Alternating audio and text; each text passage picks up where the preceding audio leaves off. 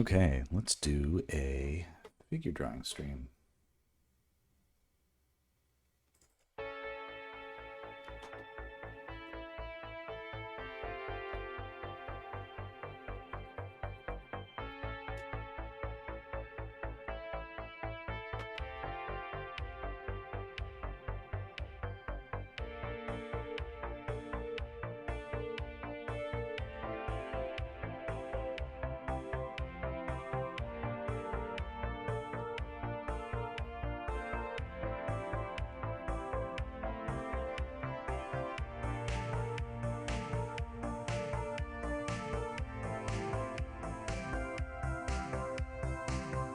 Hey, yo! What's going on? Welcome, Avail. I was gonna do... You're in on frame one? Oh, yeah. Well, I mean, if you stick around, you're gonna see me choke on some figure drawings. I'm gonna try and do, set a good example. Practice what I preach just a little bit, huh? Okay, put my...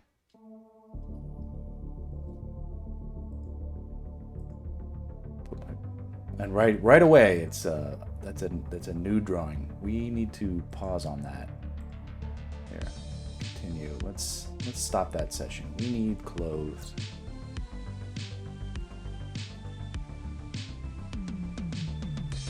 I'll go back and do this. We need.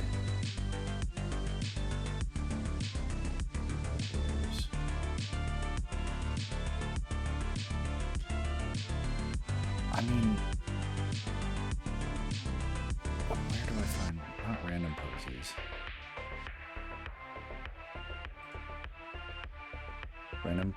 Random clothes and costumes. Okay.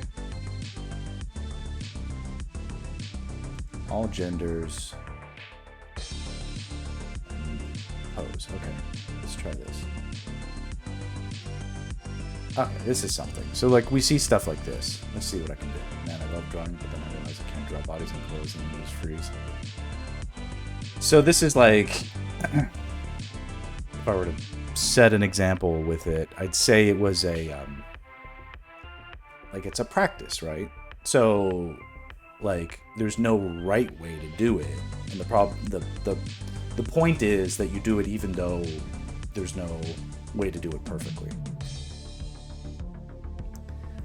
These are some low-res images, but I'll make them look good. At least this one has clothes on.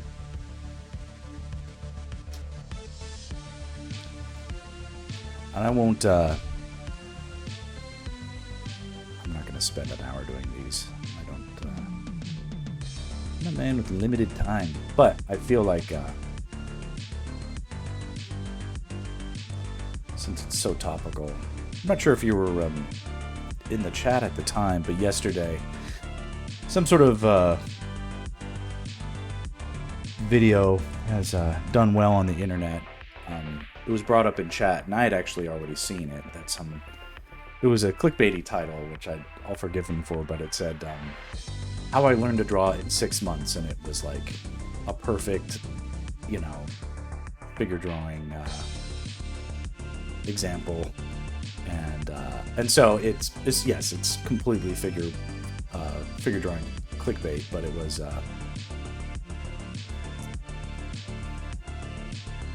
it seemed to do numbers on YouTube, and so it became like the subject of discussion where people are like, yes, this must be the way to solve my drawing problems, and I've always thought that it was a great idea to study figure drawing no matter what. I know it definitely helps me with my work, and the fact that most people avoid it is sort of like another indication that, hey, maybe there's something to this that people need to get into and pay attention to it. Doesn't look like these are timed, but I'll try to be quick about them.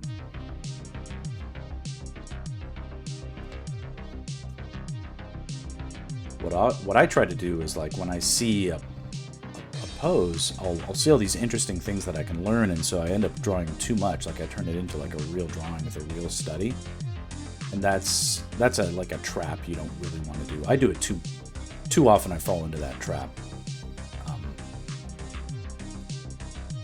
because that's not really the same thing as it's not practice if like you turn it into like finished pieces, right? So if the point is to practice, you got to sort of not try to make it a perfect study. But sometimes poses are so inspirational and the sketch just looks so good, you want to see where it can go or what you can learn from it. What I find is there's a lot of emphasis on figure drawing, but like then again it's like for the wrong reasons. It's not necessarily universally applicable, but there are many people study figure drawing and then learn how to make amazing figure drawings, but then they don't end up having actually a particularly strong sense of anatomy as a result, which seems like a contradiction, but they're sort of different things to understand. Anyway, that's a decent figure sketch. Not bad for number 1. I could set up an interval timer. Hey, Boxer. I'm trying to set a good example today by starting off with some figure sketches.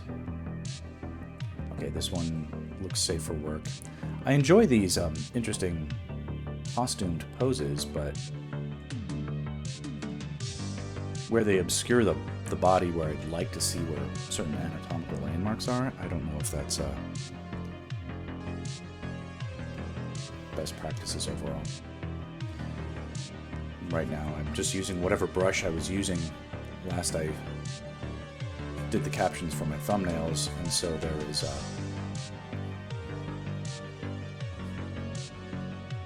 it's pretty chunky, which is fine because that's gonna make it impossible for me to get precious. But can you see how, I guess initially I sort of get a couple forms down, and then I remember I need to start with the line of action, so I go back and I inject that. It doesn't have to be the first line I make, but I don't want to forget it entirely. I notice that when I do, the drawing will suffer for it. Additionally, I need to be doing I should do a no undo button challenge. So I'm going to turn off this thing. So this is off. I'll put it over here. So no undo buttons. I feel naked without it. Because here I am complaining about artists using crutches, and if anything, that's my crutch, the undo button. I don't know if this will be super interesting, but we can see how and I haven't done this in a long time. For all the big talk I do about, hey, figure drawing is super important, I don't really have enough time to go to those workshops anymore in person, and then I fell out of habit of doing it on a personal level. But now I can see the, I put the Zelda stuff on the forefront.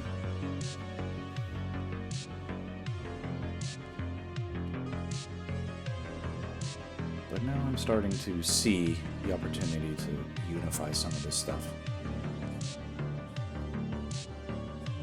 Okay, we'll do one more thing where I'll bring this down and we can see it. Okay, so that's that.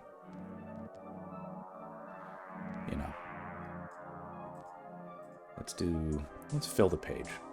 Next. Okay, so this is an example of like a bad reference in my opinion, because it's just a costume figure pointing, I guess it's a gun. It's like hard to read what the silhouette is here, but I can make it interesting. Challenge, right?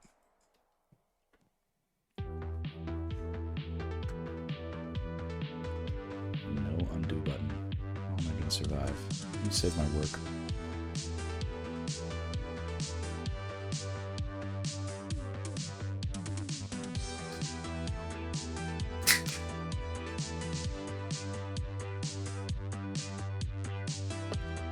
just sparkling water. Okay.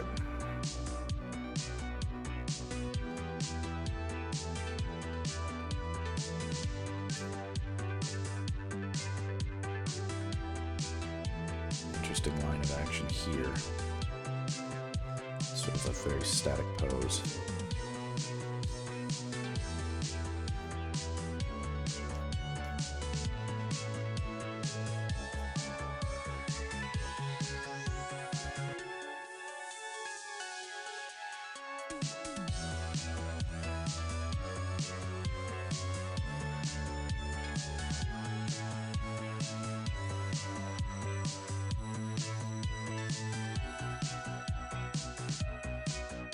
The no undo button challenge is something I was joking with another artist a while back, but there's a lot of merit to doing sketches without the benefit of being able to banish mistakes the moment they happen.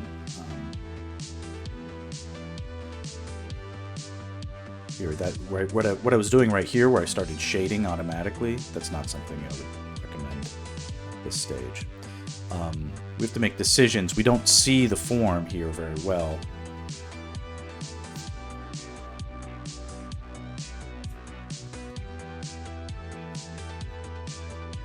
But it makes sense to understand it if we can. Here's the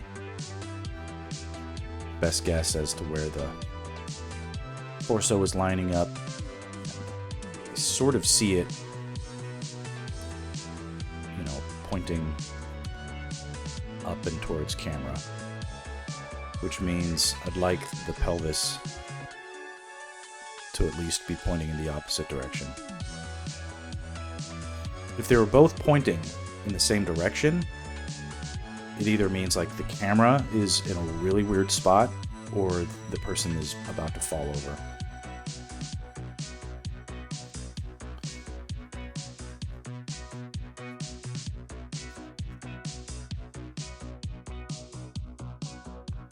See, that stroke was something I want to undo, but we're not going to undo it. We're going to not be precious about this stuff. But he's wearing an interesting trench coat. See, this thigh, I've got a contour line. I think of it going like this, which means here it's going to go down. On this one, we'll make them both go down. Making decisions about the contrast and variety. Even though this guy's got weird baggy pants.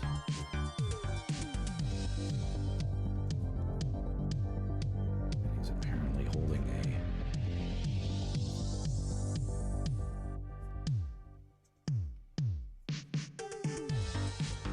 a strange, looks like a Nazi stormtrooper.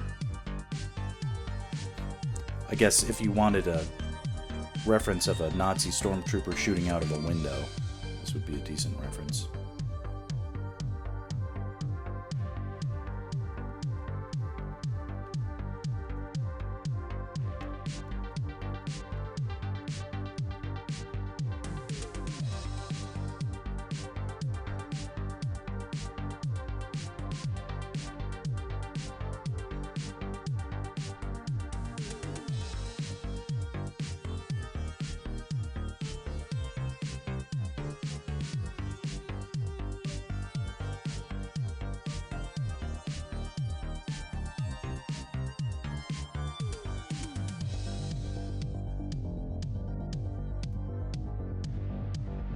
Decent rough sketch right there. All right, next one.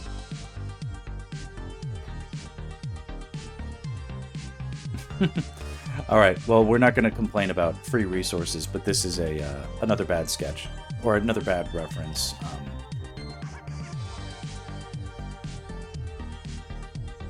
For obvious reasons, I think. But if I were to complain, this doesn't even look interesting the way it's tied up. Yeah, Some of these are giving nothing. So, you know, I guess this is content. We're auditing a free resource thing, and I can be critical about it. Despite the fact that it's free, we are investing our time here, right? The Ninja Star looks cool. But, I mean, this is... In advertising, we would never want the person's arm to screen their presentation side. So either this arm gets moved back, and then of course we don't see the other arm at all. Let's just skip this one. Okay, this is interesting. At least I can see the stuff, but like, and this is the problem. So we'll do this for a little bit on another stream, not this one. I'd like to do some sketches. See, I used to do this. I used to do sketches from MMA fights, like UFC, and like figure skating, essentially, where you get dynamic poses from very well trained people who are, or not figure skating, but like sometimes gymnasts have interesting bodies. So it's that, depending on the male or female gymnast, you can get, you know, different looks, but certainly like the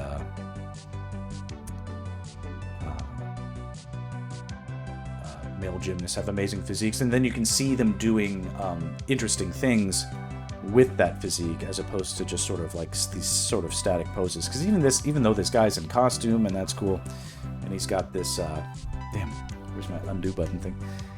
And he's got this interesting stance and intense expression and stuff, it's still very static.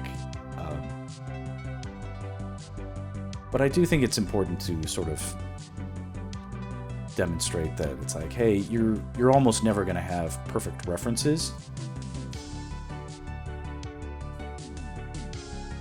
You know, I don't make too much of a big deal about references, but you'll probably never get a perfect reference for whatever you need. So you're going to have to work with what you got. And getting practice of like, okay, this is imperfect, but we're going to do our best with it. And that's just all this figure drawing exercises need to be. It's just about doing your best, not about succeeding. Some of the best artists in the world go into figure drawing classes, and they are humbled. All are humbled in the figure drawing class. Sort of why it's so important.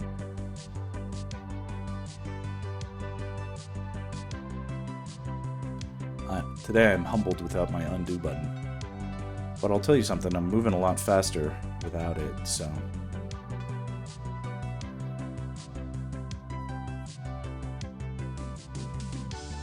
Here, I'm doing it wrong, where I'm adding too much detail before I figured out the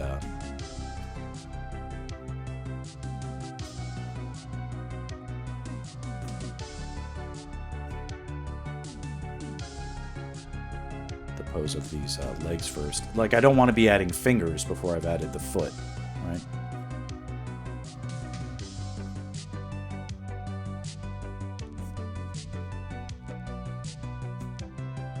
I draw, as a result of having done it for so long, very automatically.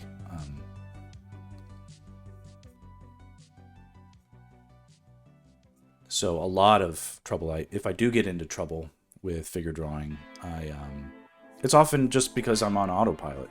I'll get distracted, or I'll see something that is interesting to draw, and my fingers will just do it. But whether or not that thing should have been drawn at that time is often the question. I always try to draw the whole body.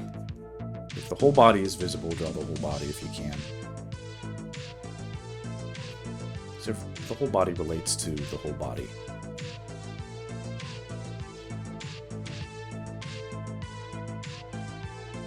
This guy's got a nice costume. This is a gladius. Looks in the accurate proportions and stuff like that.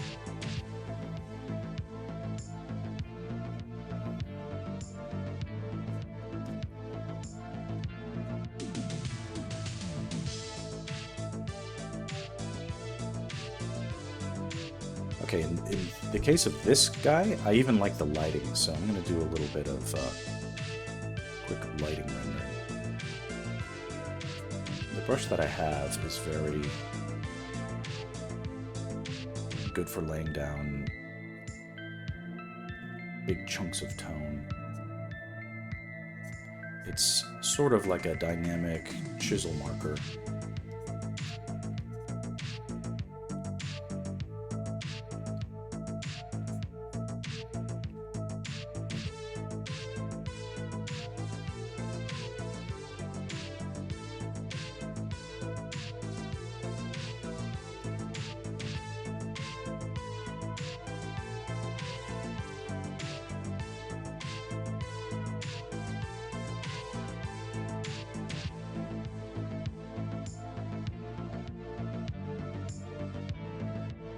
I don't know if these drawings will impress, but they demonstrate it.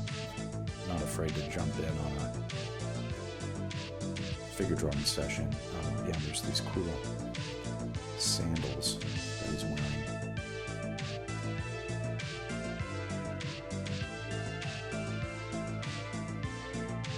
I think it's easy to complain sometimes about imperfect stuff, but the modeling is hard. Sitting still is hard. Being in an interesting pose for more than just a few brief seconds is extremely hard.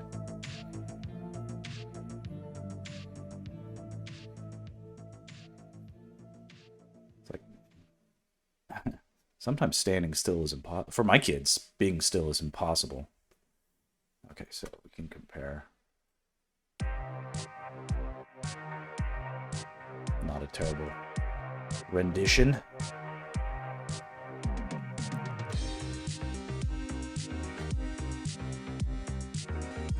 Do like this. Oh, this is cool. You've got this. This is a cool image. Now we don't see the feet, which means I'm going to complain about that. In my school, we had a yoga lady who would hold extreme poses for 30 minutes. I don't know if I've mentioned it much on the stream, but I think actually studying yoga is a really important thing for artists to study, because I'm not sure if this is the correct term, but like the concept of like kinesiology, like how the body moves, is something that like that's foundational, in my opinion, to like anatomy studies. And I barely know any of that stuff at all.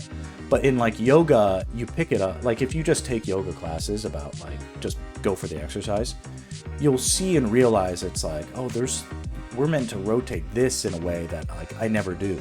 And here I am seeing that there's so much mobility to the body. Obviously in my day-to-day, I sit and draw for hours and hours at a time. And it's like, okay, well, that's not great for one's physique, and as a result, it's like I have to exercise just to be able to. I basically, if I don't go out of my way to pick up exercise, I will essentially get the human equivalent of sitting on an airplane for an international flight. That's the amount of exercise I'll get if left to myself, because it's like I'm mostly seated for most of the day, and then I get up to take little stretch breaks, but rarely do I do much else. We do go on walks and stuff in the evenings or in the mornings with my wife, and on weekends, and we do get around it. So it's not hopeless, but it's definitely true that if all you do is look at books, you're not going to get the anatomical knowledge, but you're not going to understand why, because you think it's like, this is the course and this is how it's done, and it's just, that isn't really how it's done. In my opinion, that will give you a bit of knowledge about some things, but it won't be broadly applicable. If you can sort of understand that the way our muscles and bones are shaped and the way they link up is entirely based on the movements. And once you understand the movements, you understand that the anatomical structures are there the way they need to be out of necessity. And so then it becomes very easy to understand, well, if the human body has this shape to do this movement, and the horse does this movement, which is different, then the horse probably has this kind of anatomy. You can make inferences that way that are correct, and or at least very close.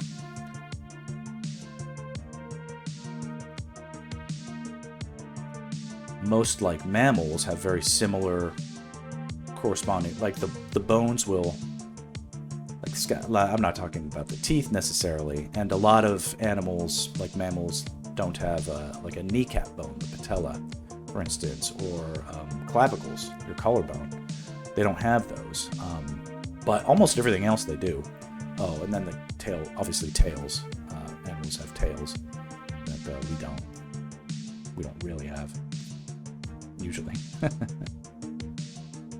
Here I got the... You can tell I'm drawing very automatically because I'm talking so much about stuff that is sort of unrelated, but my hand is just sort of whipping around like it knows what to do. But it's better that way. I think it's better to not think about it too much. If you can figure out how to draw with your subconscious, you can essentially draw in your sleep, and it's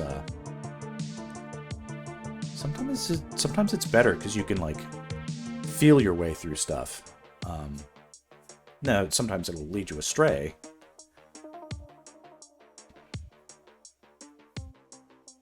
but if you have to think too much, it's almost like you're fighting your tools.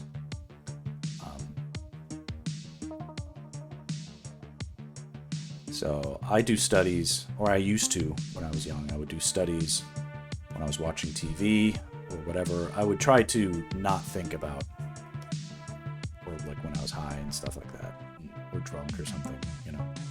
Not saying that's the way to do it, but you can't think your way out of every problem. It depends on your personality, I guess, but like I'm like an inhibited person, so for me, having something to help me get a little loose is can be beneficial.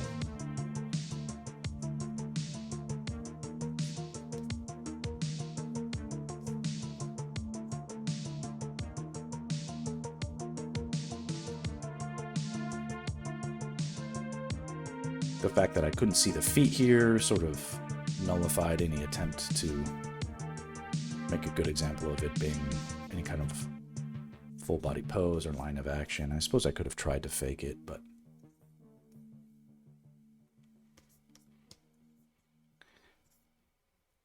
boy, the no undo button is that's good stuff. I gotta remember that next time I need to.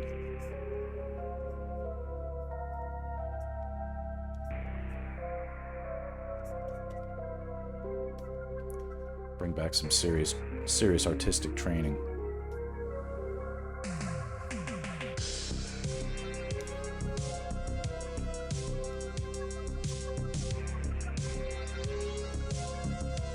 The no undo button, and then the drawing with the non-dominant hand. Those will be the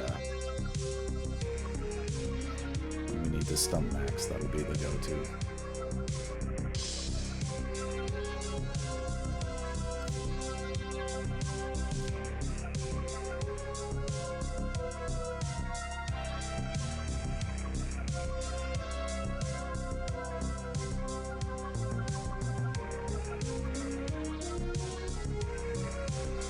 This music is the Hero of Synth 3 soundtrack by Chillboy Beats. It's been working out. Okay, let's see here. Okay, so decent sketch there. Oh, hi people, let's see here. Twilight Farmer Boy, hey, what is up? I heard you talking, and would you like to see some insane yoga poses I saved to another Pinterest board. I have for drawing poses. I've only done 2. It's extra howdy partners. Hey, this sketches through are pretty. You're great at capturing the pose and the flow, hitting the right strokes almost every time. It's very nice. It's amazing for real. Thank you.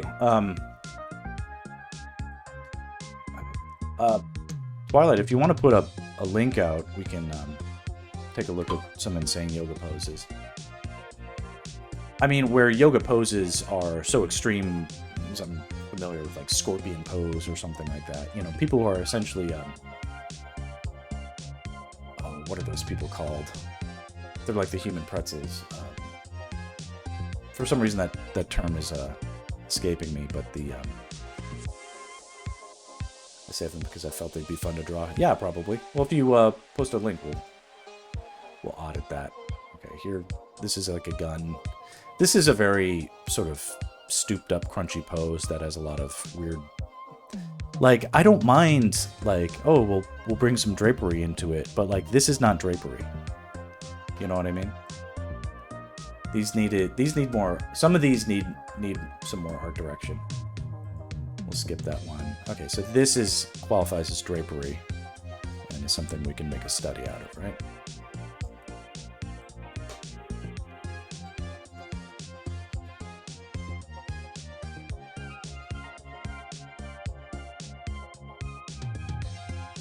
And Twilight, you can put it either there or in the Discord.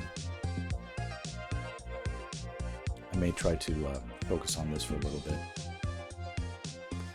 But for the sake of any latecomers, we're doing the no undo button challenge. So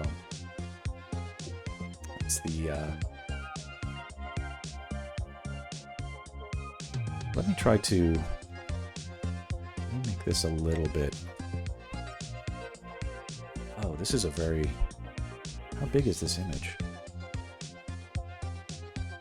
It's kind of a small image. I must be very zoomed in on it. Okay, I'm going to undo that stroke. Okay. I want like a smaller...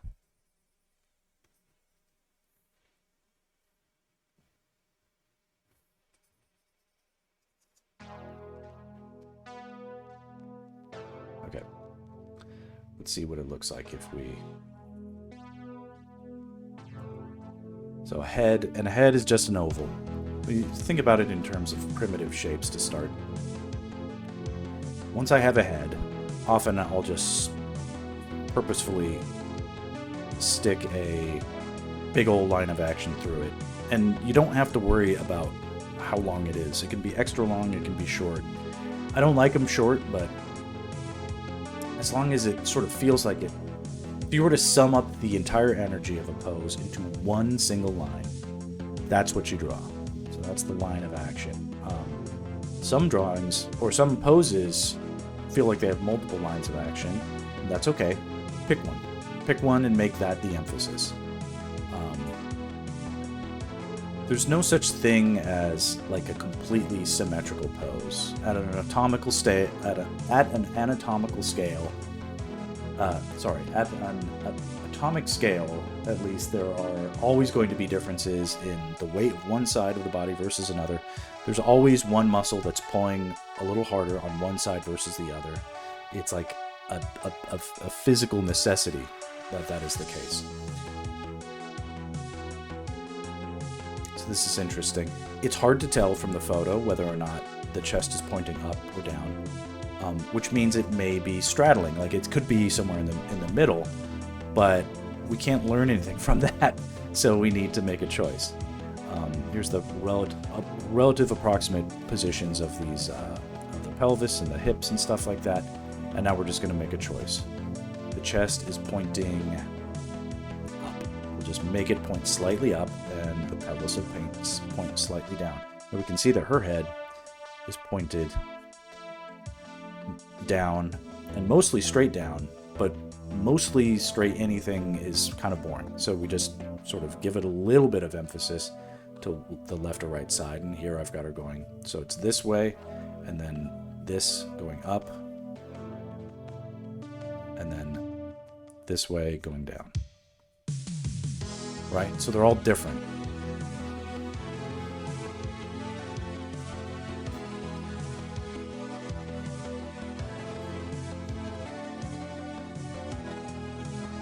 the limbs, the arms, the legs, at the first strokes, they can just sort of be summed up in just big, brief,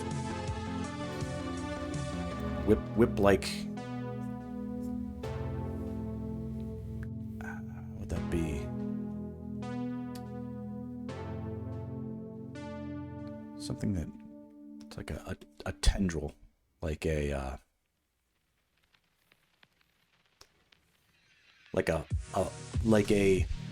flagella, okay? Like the little weird hair that grows out of cells. Something that is it's okay if it's like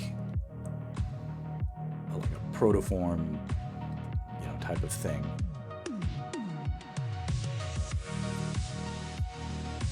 We've got some sort of headdress.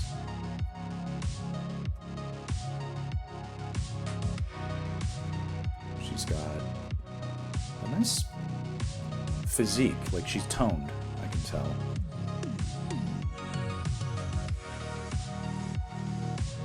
A little hard to tell. We can't see her legs, really, but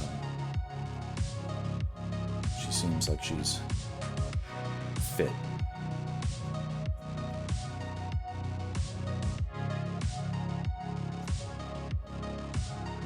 Making decisions about traumatized against indicating the anatomical landmark of like breasts and nipples and stuff like that, so we'll avoid that somewhat, but we can get in there with like the underside of the rib cage at least, right?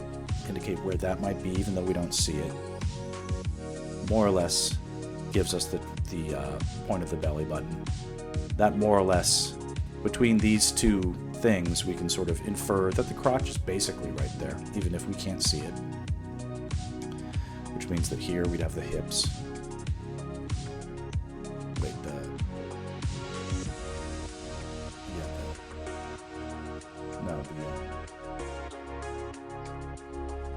well, I think, what's that they're called? The iliac crest? Basically, this is an anatomical landmark. But like your hips are sometimes here, right? Depends on...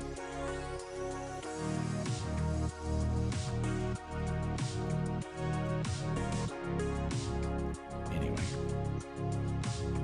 Does that make sense? It's like her underwear would sort of fit here, right?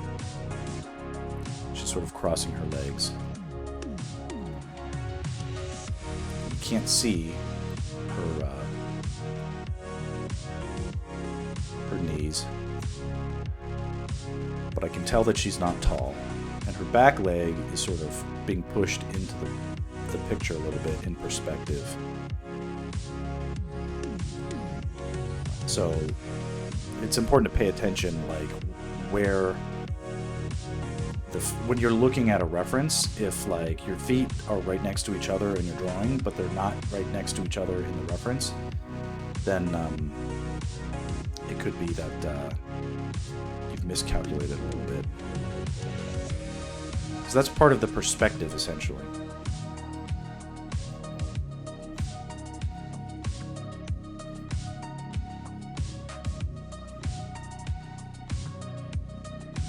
When I draw feet, and at least like a proto foot, like a quick foot, it's always something like this. It's like a wedge, right?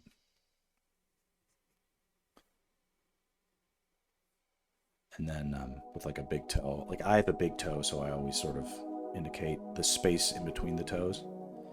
And then here, it's hard to zoom in, but like a foot.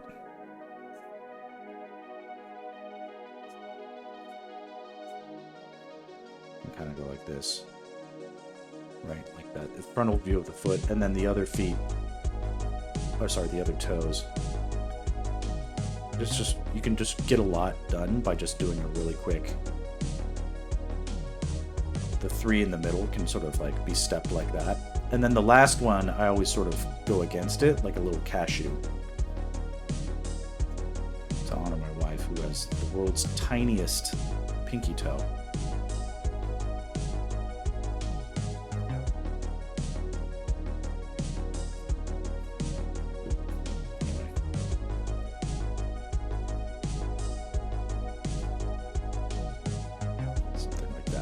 that's a foot. Okay.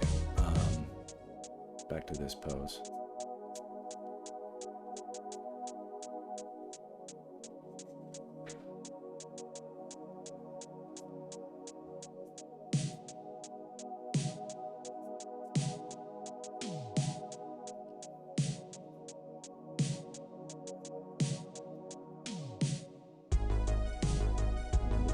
Love to make sure that I want to draw the face, the ears, the hair, everything in it. At least a little bit. It can be so quick.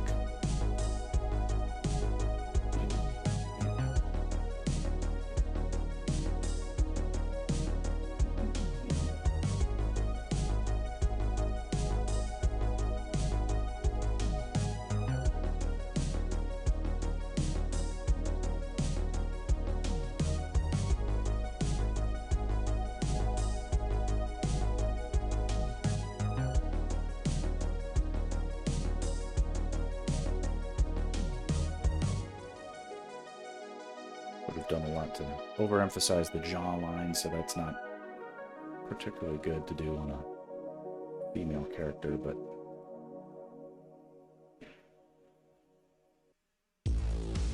bring back some more detail in the hair to distract from that.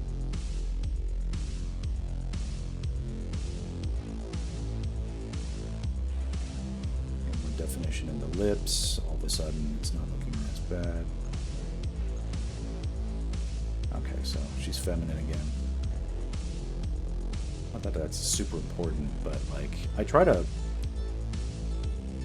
talked about this before, but like, every model and every pose is different and unique to that moment in its place in history, in the world. I have an architect friend who talks about the great conversation.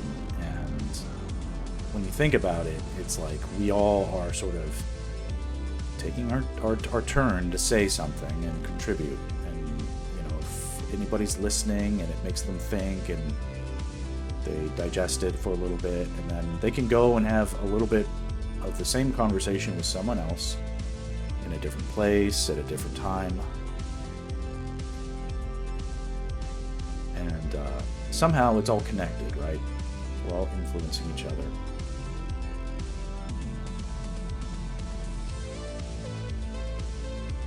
It's a beautiful thing if you think about it. So I don't like to just ignore what is there on the model. I want to learn from it. I want to honor it. Like, this person has a unique look. What can we do to make it clear? You never know if you're gonna draw something that ends up being world famous, you know?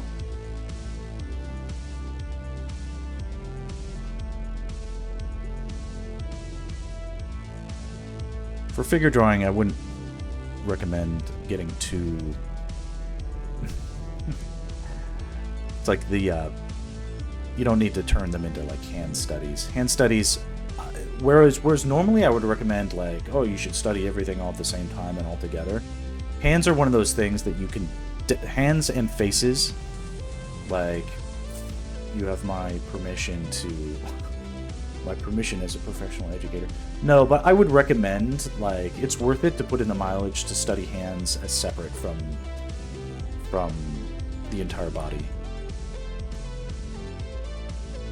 And I should do hand studies on another stream, I think. That would be fun.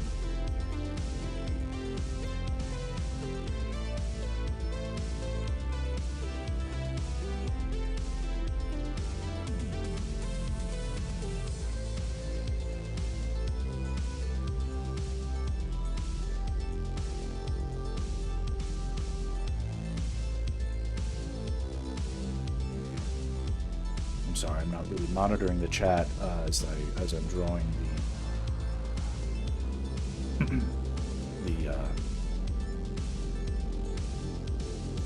this requires a lot of attention of my eyes.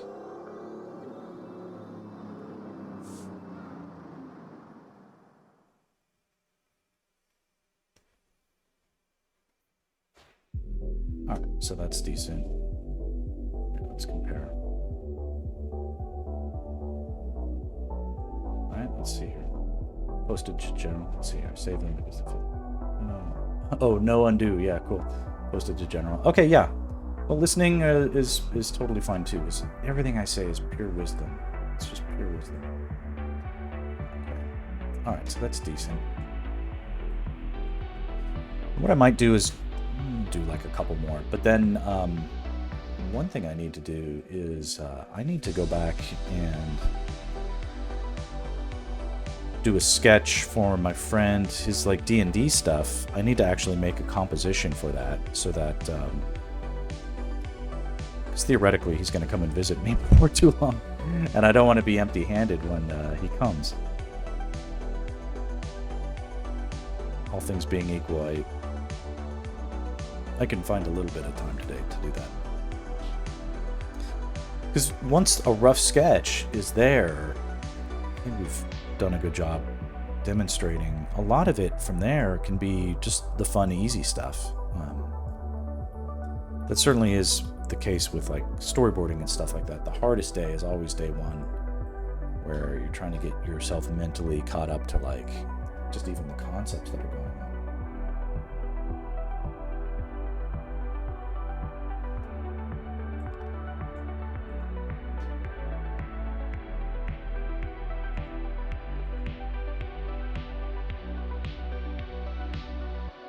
Ooh, what's this? Okay. Next one. Okay. This one is lame.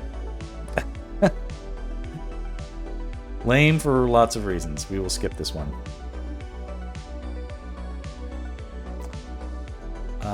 Also, I mean, not lame. Let me, I'll do it, but after this, no more of this type of stuff where it's like the whole figure is obscured.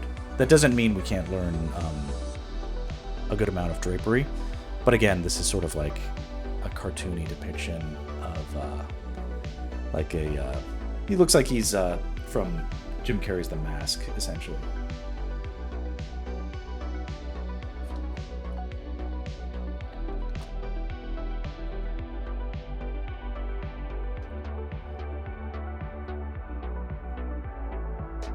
But we wanted clothed drawings, and yeah, it's like a T-pose, yeah.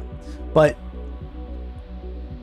that doesn't mean I can't bring something to it. And it's a challenge, right? So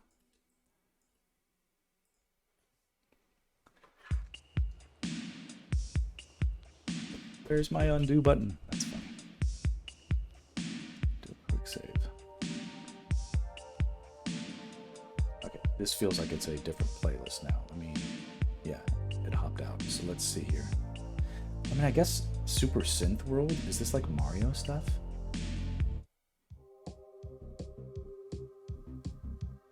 Same artist.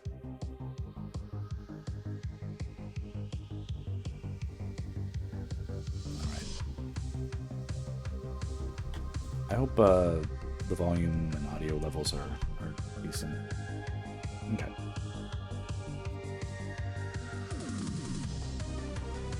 Some wild strokes there. And it's weird, like this guy is... He looks like he's standing straight up, but he's not. There's actually a lot of interesting dynamism to this. Like, this is the line of action. I can see it pretty well. He's leaning forward where he's off center of gravity. I don't think he'd be able to hold this pose long without shifting back.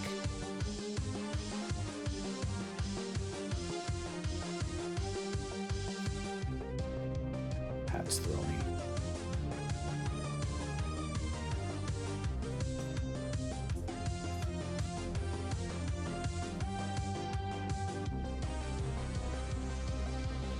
Chest pointing up, pelvis pointing down slightly.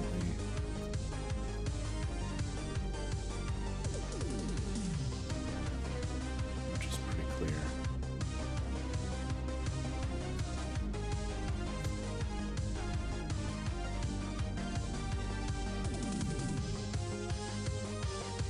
draw the legs first.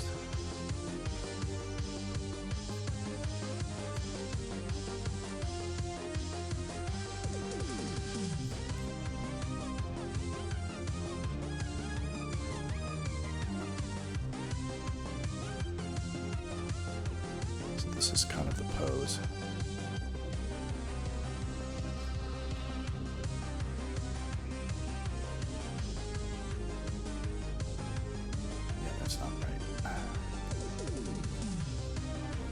Can't undo it, so we'll have to suffer through it. But that was a bit of a wild stroke, not a measured one. Just to reinforce.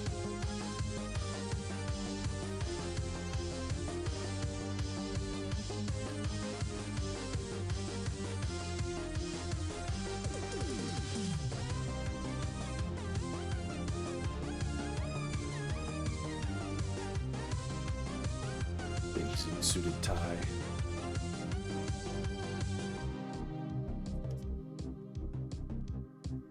Yeah, the proportion on like a zoot suit, the proportions are so off that it's messing with my head just a little. Like things aren't where they normally would be on a normal suit. Obviously, that's true. Okay, this is a cool track.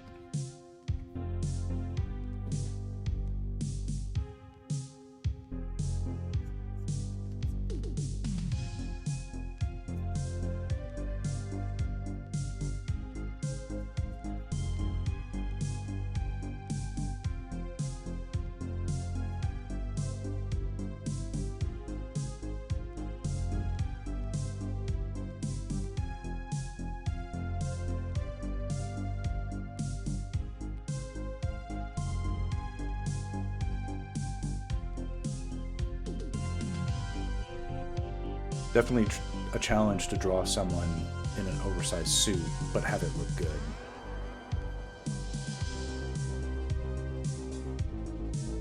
So I may not pull it off quite right, but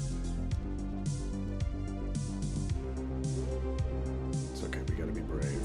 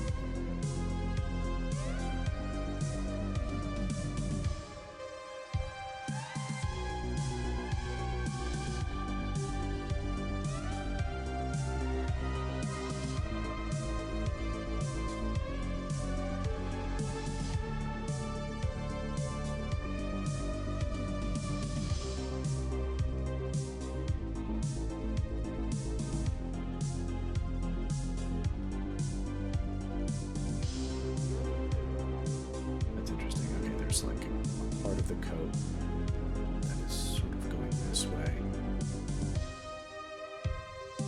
and part of it is tucked, like his shirt is tucked in here. The pants are just really huge, going all the way up and down. These shoes are cool though, I'll give them that. He's sort of like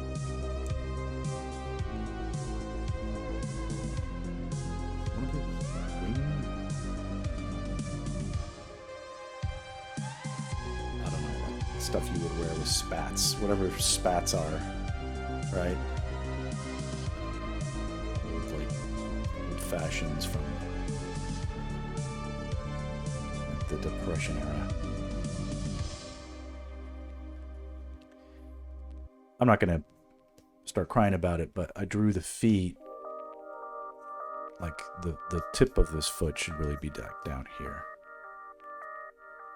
Oh, boohoo. So.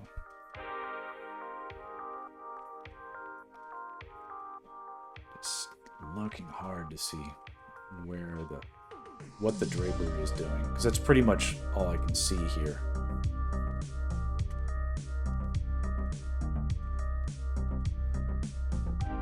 Shit. Like that last stroke didn't look good. looked fine, but one more than was needed.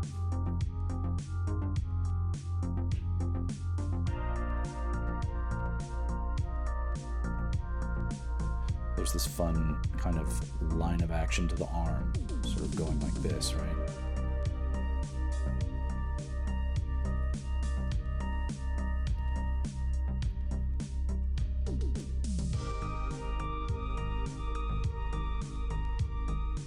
Interesting pose. And then, of course, this arm has a gun, too.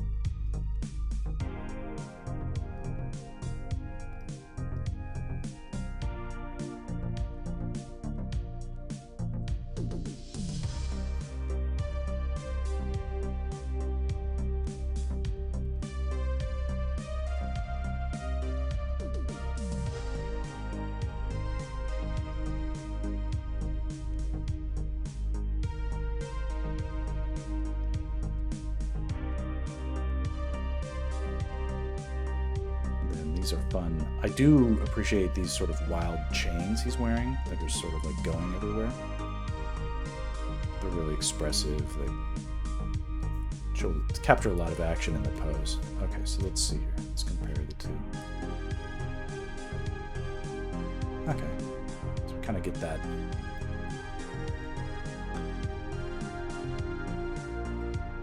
It's like if you can bring more to the drawing than the pose provides by emphasizing the difference between differences that aren't obvious. You get more expression than what is necessarily easy to grasp.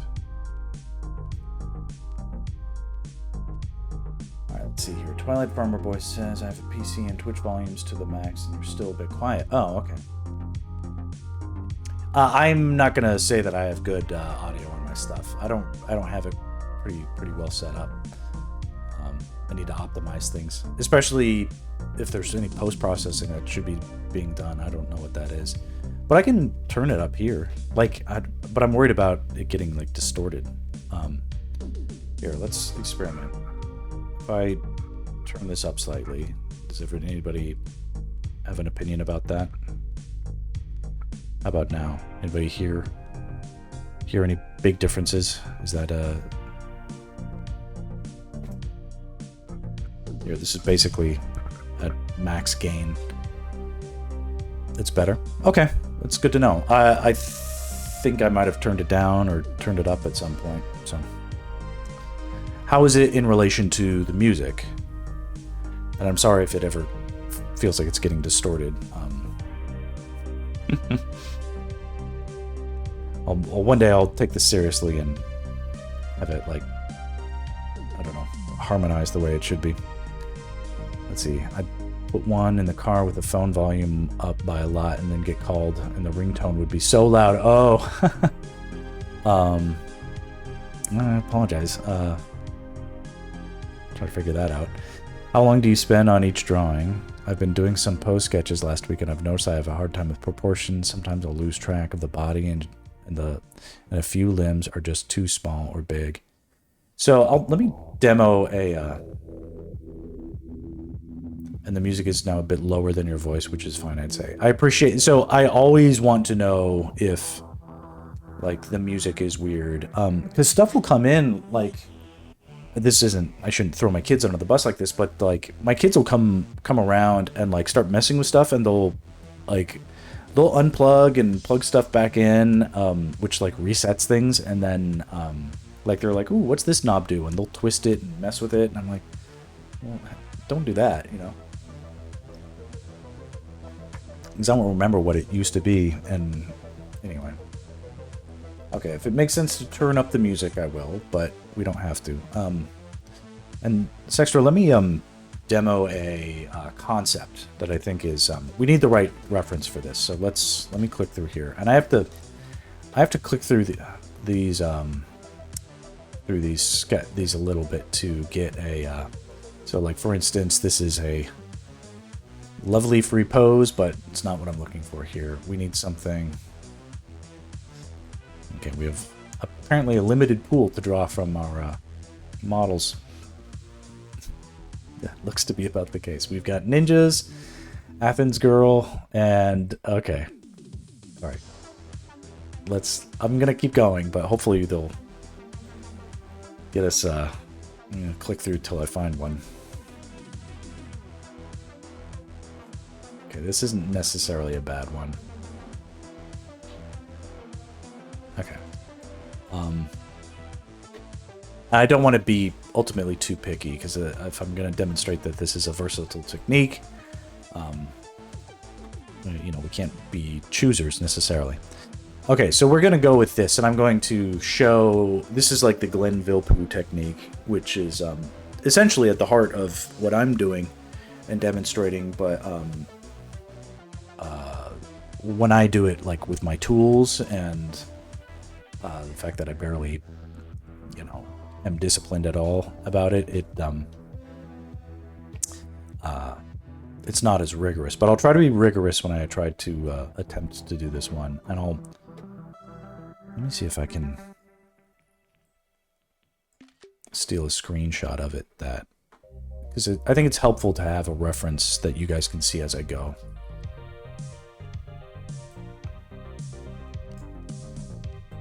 For me, I don't prefer to have my references to the left or right side of my drawing. I like it.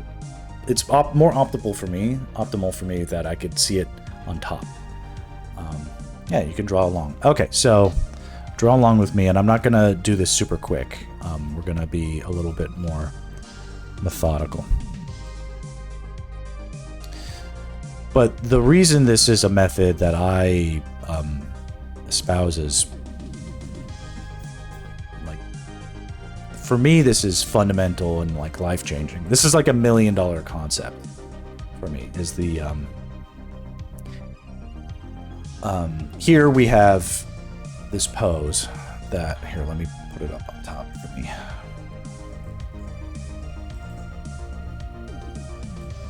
Okay, I can see this on top, and you can see it on the side. Okay.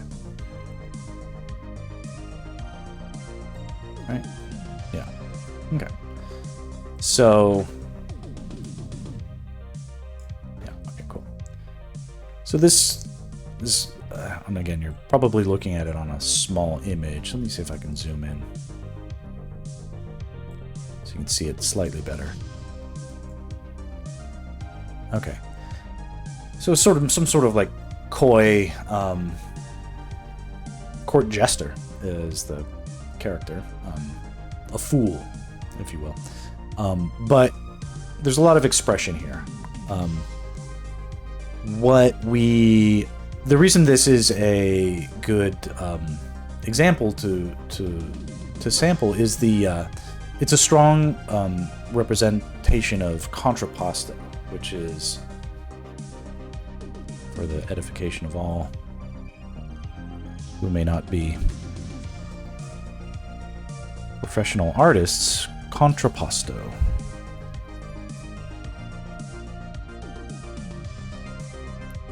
Contrapposto. Contrapposto is an Italian visual arts term that describes a human figure in a natural pose with most of their weight concentrated on one leg. That is not how I would define it. With both feet on the ground, the body forms an asymmetrical shape with shoulders and hips tilt in opposite directions, while the torso and pelvis do the same. So that is correct. And counterpoise, or counterpositioned. Basically, things are contrapposto. Yeah, it's pasta. But it's this is a staple of Western art. So it's like sort of foundational to our, you know, the Western sort of ideals of body depictions can, if you look hard enough, you'll see them everywhere. And in fact, every single pose is, well, whether or not it, essentially you should try to always have some sense of this in your drawings in order for them to be interesting. And if your drawing isn't interesting, think about injecting some of this into it. Basically, have one shoulder higher than the other, and whichever is the opposite, do the opposite for the hips. So that, And what this forces you to do is treat everybody so they aren't just sort of standing around, that they sort of feel like they're doing something, even if they're sort of languishing, you know, in some sort of bored state, sort of leaning, as Americans do, while we wait for something to happen. This is, I think, a good thing to consider to adding to your poses if you're not already doing it. And it's just sort of a simple thing that it's simple to sort of feel like you get it, but then putting into practice constantly is can be a bit of a chore. But I recommend it be practiced. And here we will. So this is the guy. Let's say this is the model for today. We have, you know, what we can see that there is this sort of curve to this one side of his form, but the center of gravity of his body is really actually straight up and down. It's not perfectly straight up and down, but it is this leg that is doing all this interesting expression is not bearing any weight whatsoever. And I wouldn't suggest emphasizing the line of action on a form that wasn't towards the center of gravity. This is a lot of people have their own definitions of like, oh, the line of action is this, the line of action is that. For me, the line of action is something that often follows the spine and at the core at least, but is probably closer to what you would call the center of gravity of the body. And because our bodies are shaped the way they do to move, and all of that has to do with how we get around on a planet that has gravity and dealing with gravity, basically standing up and moving around and all that stuff. We're fighting the forces of gravity. The way that we do that is by dynamically shifting at a cellular level back and forth. Like if you go to this is a perfect example. If you go to a yoga class, what's that elephant standing yoga? Is it Vishnu?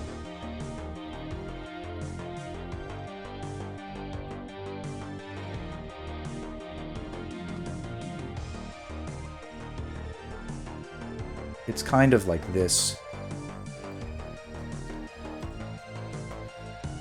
statue of Hindu elephant standing.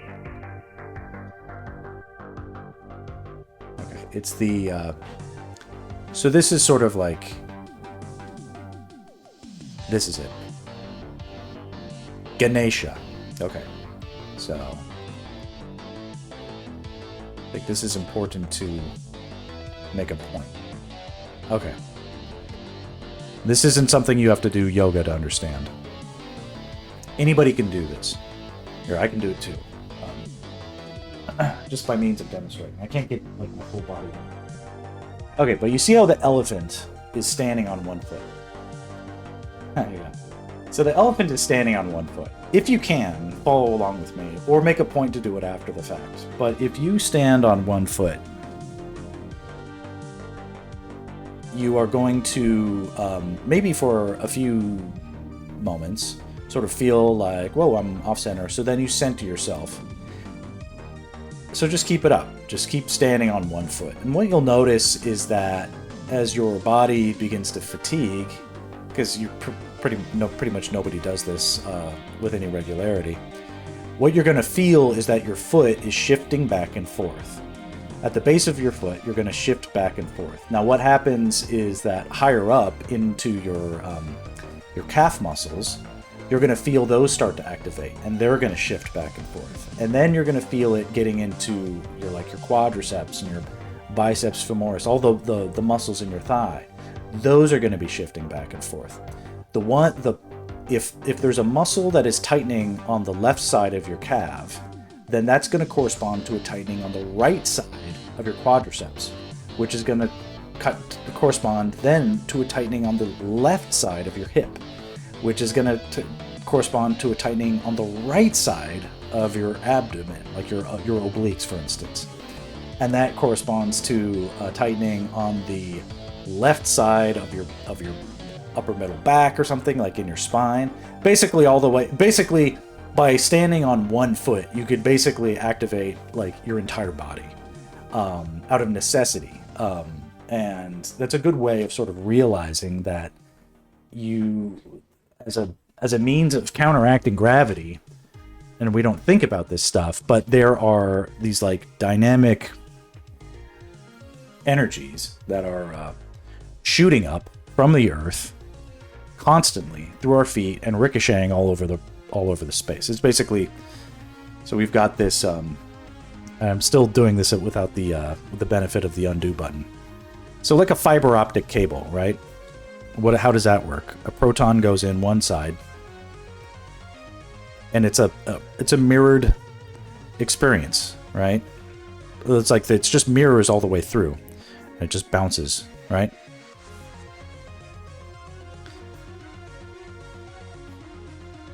The energy.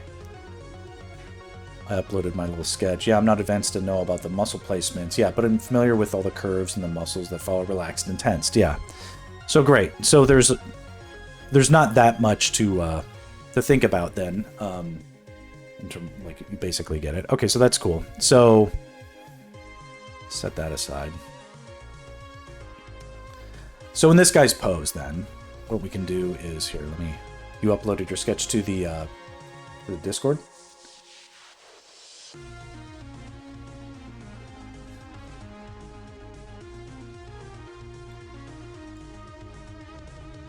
Okay, I'll check it out. Hold on.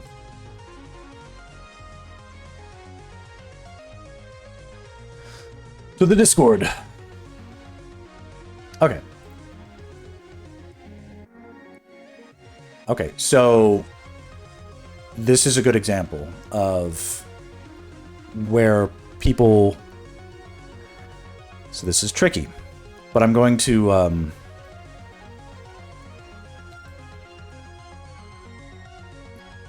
One thing you've done here is you've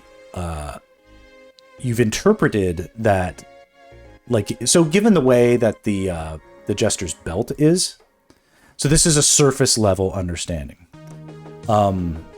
which is pretty much as far as things get for most people. But we're trying to figure out something deeper here. All right, what we need to see is that the hip here, even though the belt is going like this, the hip here is going like this. And what's happened here, right, you can see now that it is. Now, it isn't that it is doing that in this case. It will always do that if one shoulder is higher than the other. If one shoulder is higher than the other, you need to look and see on any human body, as long as at least it's... Now, there are exceptions, like if a body is flying through the air, like gravity is temporarily suspended, for instance, then that is like an exception sometimes. But, and it can also depend on how extreme like the camera is. But if the camera is basically neutral, the body is standing, then if one shoulder is higher than the other corresponding hip needs to be there. It needs to be the opposite relationship, regardless of what the belt does, regardless of what is happening with stuff like that. You can see here that like if we thought that the leg started up here or the hip started up here, then that would make sense. But the hip and leg don't start up here. The legs and the hip is arranged in a way where basically this foot is it's hard to see, but like this knee is lower than this knee. This knee that's coming closer to camera is lower than this knee, I think. Yeah, I think it is. Even though the even though it's a little bit hidden in the camera perspective, yeah, you can kind of see that I'm right about that, right? Now, it doesn't have to be. If, like, he was lifting it up, then it might be higher. But, so it's not really even about the knees, but that subtle distinction is not represented here either. So what we're having is, like, while you've done a good job of sort of representing, like, the parts of the pose as they first sort of strike, we can't rely on, like, the surface to sort of give us all the information. We have to look and see what's hidden a little bit, because it isn't obvious looking. Like, you might be like, well, the belt corresponds to the hips, but does it? In this case, the belt sort of corresponds to the waist, and the waist and the hips can be different things. They can do different things. All right, let me show you what I would do. All right, so this is, let's all give it up for Sextra, who is a great contributor and supporter of the cause, and put their artwork up for us to sort of look and examine and learn from. Okay, so I'm going to put this kind of in the corner. I'm going to try and channel my guy, Glenn Villepeu. And, you know, I have no idea if he's, like, an amazing person in terms of, like, personality or whatever. I've met him a few times. I know that he is not a... it's not a knock against him, but he's stone cold deaf, which is, even with a cochlear implant, it is his hearing is so bad that I think it limits him as an educator. But he's a good lecturer, so he's a hard guy to ask questions of if you have a question. But a great person who can do demos, and let me try to honor that his example here. Okay, so let's ignore starting off with a head. Let's just start with a line of action, and what I see is kind of like this. Okay, so it's not a straight up and down, but we have this sort of energy, and, you know, in this, like, a line of action is like this is like the dominant, but there's the second line of action, which is sort of like, you would think of it going the exact opposite, essentially.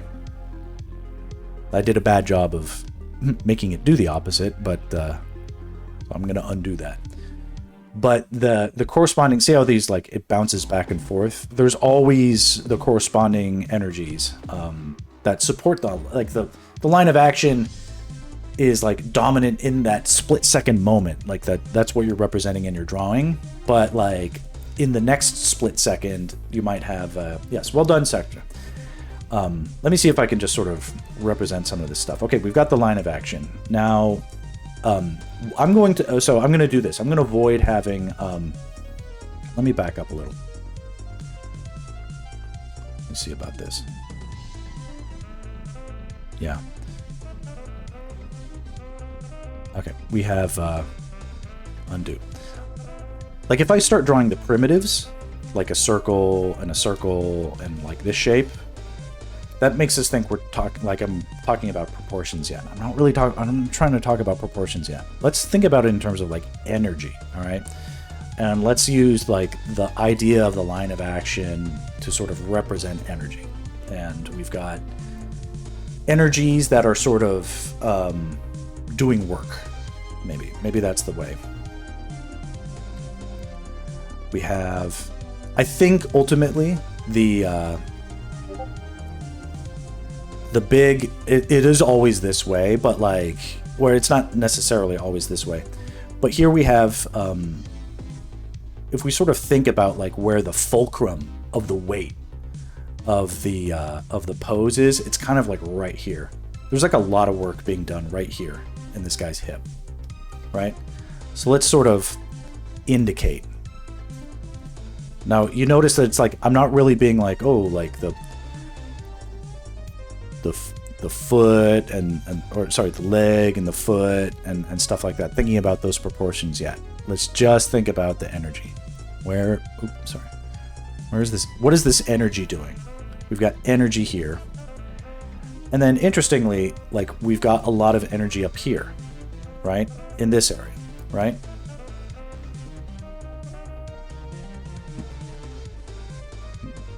try to follow me. This is because this is sort of crazy. We can start to indicate, like with this, follow the energy, right? So we need something here. And it turns out there is some energy there that needs to get captured. Now what has to happen is, because we've reached the top of the body, it needs to circle back around and go the other way.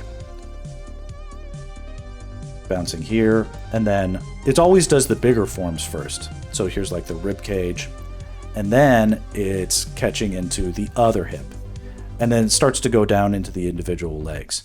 So we're sort of catching all this individual bits of energy as it's sort of getting blasted around, right? Or here on this foot, like that's the side of the inside knee of the weight supporting leg, bouncing then off of the side of the calf, and then catching again at the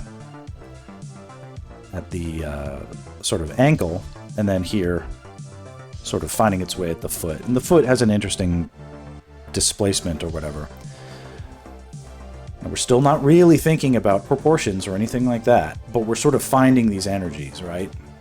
And let's see here.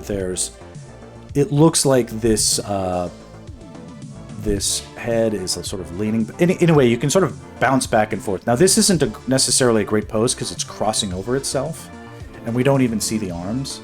So this is sort of a tricky one to sort of demonstrate that stuff. But we can sort of get a sense of, like, we can feel the body starting to give a sense of its own proportions here. At this point, I'm going to sort of put aside my my initial declaration of, like, we're going to do this without any proportions, because I kind of need some guidelines now. But here we can clearly see at least something that indicates shoulders. There's a lot of roundedness happening here, which I feel is appropriate, but we'll see. We might amend that. And then I'm trying to think here. Right now it feels like the chest is leaning forward, right? And we've got the pelvis. It almost feels like it needs to point upward more. But we'll see. It's a subtle distinction.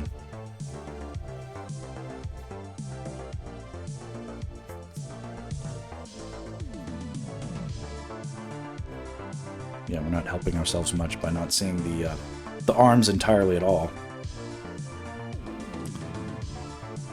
The head looks like it's trying to make a decision about whether or not it's leaning forward or tilting back. The head is leaning forward, but I'm going to sort of make a decision about it also sort of tilting back at the same time.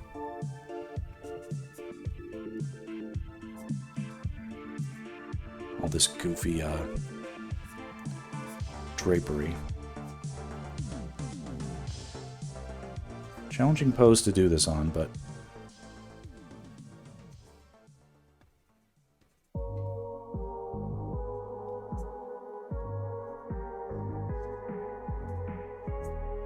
don't want to lose the fact that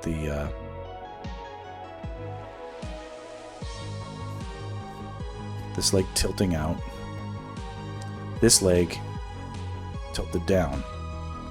They usually correspond like that. And where you can emphasize that and make a statement about it, I think is always a good idea.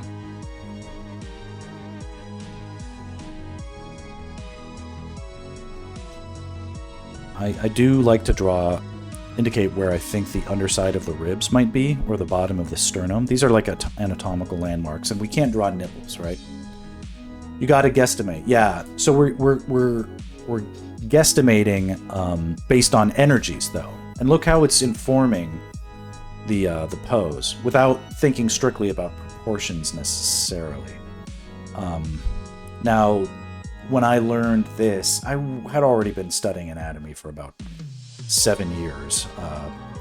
So it isn't so much that, like, I was like, I learned it in 6 months studying this one trick. It's like, that's clickbait. That's bullshit. But Like, you can do this simply by thinking about the energy of the angles of the thing. And what's important about this is that this works whether or not you have a reference. If literally all you start with is a line of action and a general sense and knowledge that the weight goes like this, which means that this hip is higher, which means that this shoulder is higher, you can start to infer and invent your own poses on the fly without references that are interesting. Head can go this way, right? Chest can go this way. Chest points up, pelvis points down. This leg curves up, this leg curves down. You see what I'm doing here?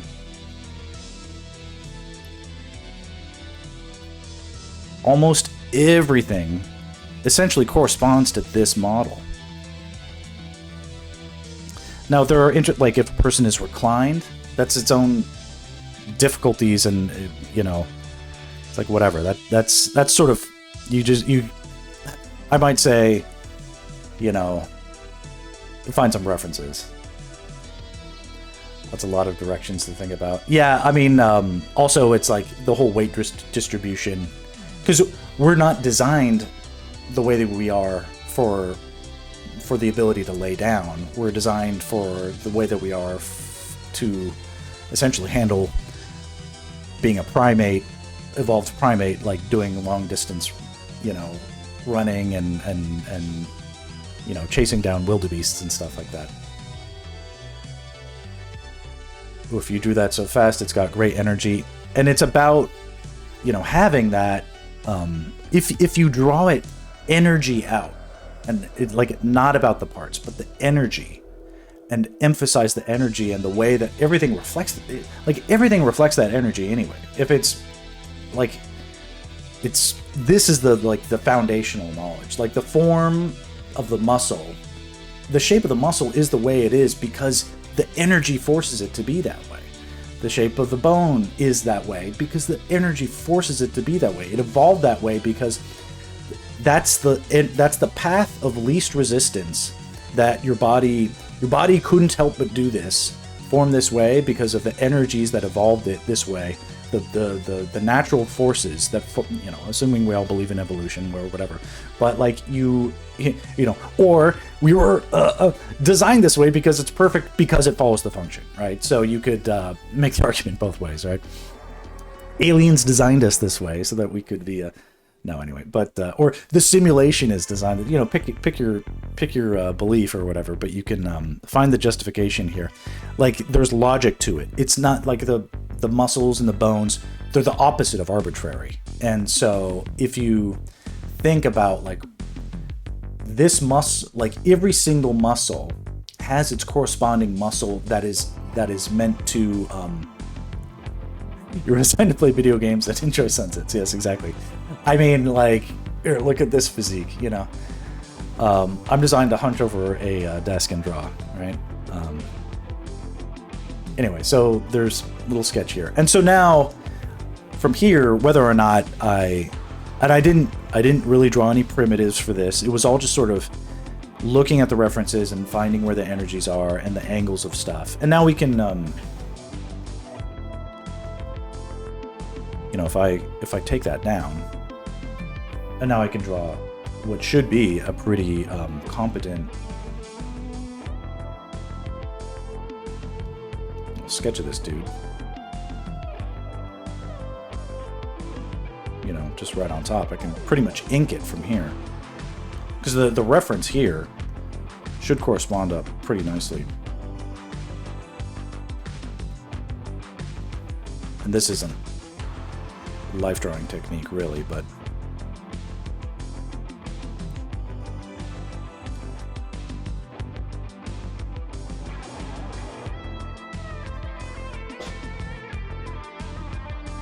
it's this technique isn't just theory. This is literally, I use it every day, and whenever I get in trouble, I come back to this and I'm like, where did I lose What was the energy doing that I missed? What did I miss? It's when you get into trouble like with art, like man, I got stuck. It's just you skipped a step. It's always that. it's always like you got excited about one thing, but didn't think about the like how it needs to balance with everything else. You get excited, you want to get finished, and it's like, sorry, it's like a movie where it's like you fast forward to the cool part, and then like the plot doesn't make sense, right?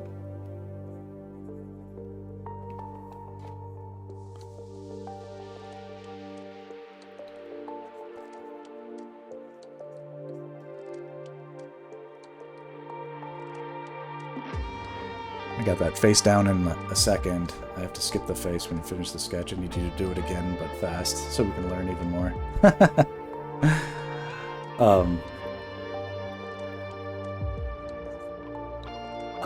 I want to...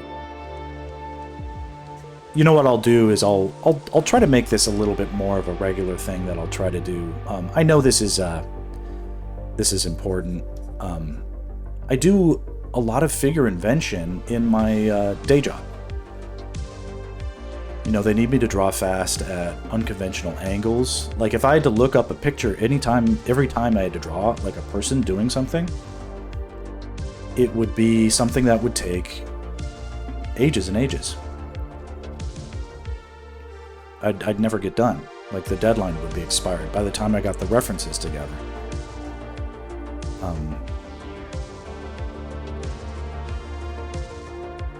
So I get so much practice with my day job that I don't really think much about like figure invention as something that like I need like help with my like color stuff. Like that's where I'm learning stuff and I'm like picking this stuff up.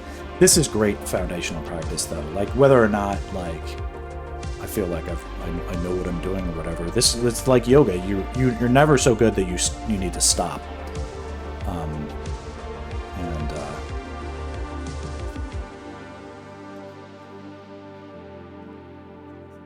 Don't know if I have my... And you know, I think we could argue that my proportions are close. They're not perfect necessarily in terms of like being photographically perfect to the reference, but I think they are very close in terms of... I've drawn that a little bit, unfortunately for this person, but this... we cannot undo our mistakes here. But we have we have something here that because like it's still relevantly, or it's relatively accurate to it in and of itself because of the way I sussed out like the energies. You know, I showed my work, sort of proved it, and as a result, it's a strong drawing.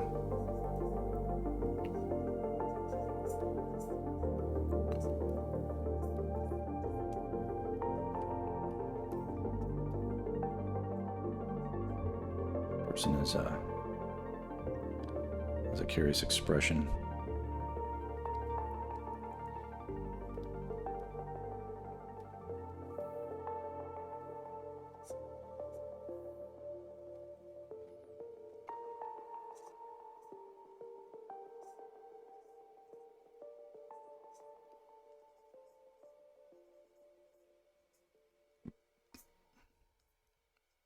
Cool costume.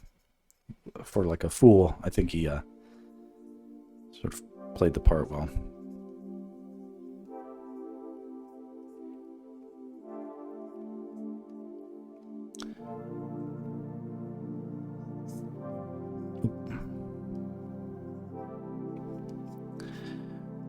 So what I think I'm advocating for here is not having a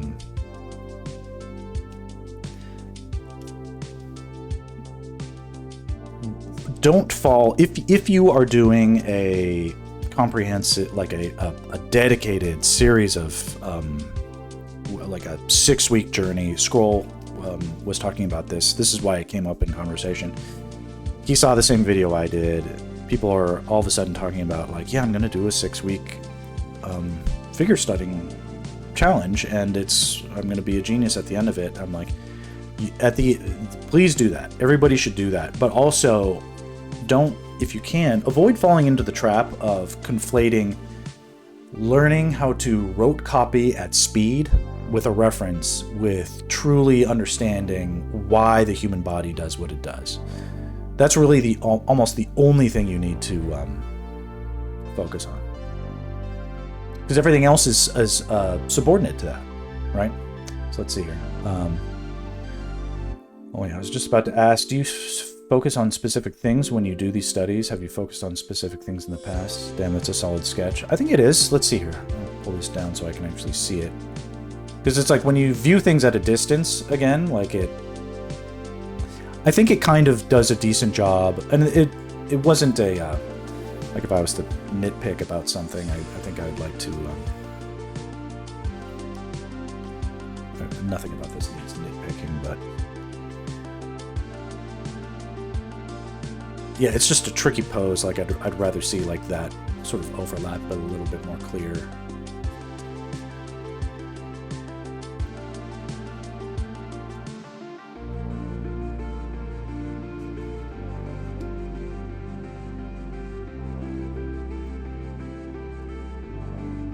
The forms are overlapping in so many. Like it's a silly costume, so it's like things are not necessarily behaving as I would expect them to, but yeah, making it very clear that like parts of his costume are very deliberately tucked behind other parts of the costume.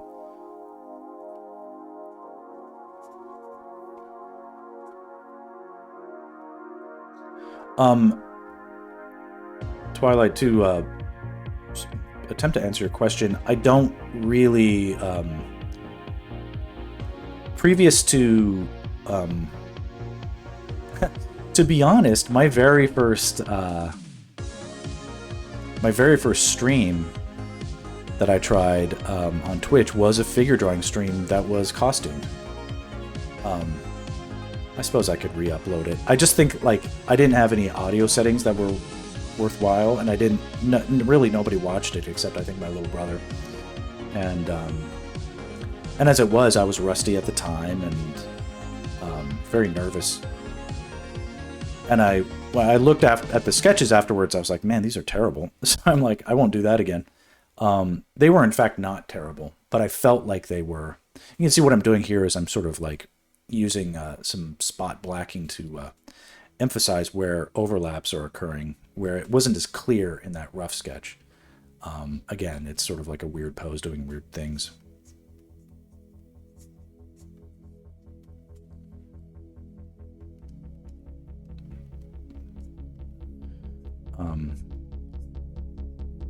But this type of knowledge is so important, and it's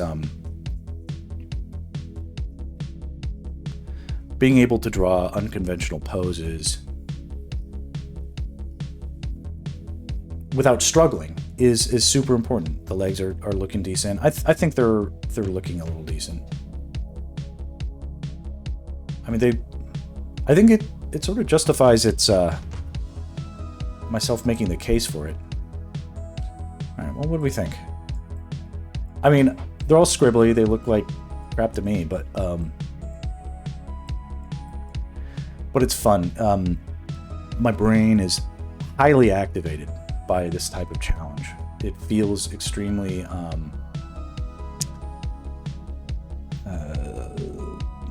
firing on all cylinders, because it isn't just this is the type of thing you'd see on a Pinterest board.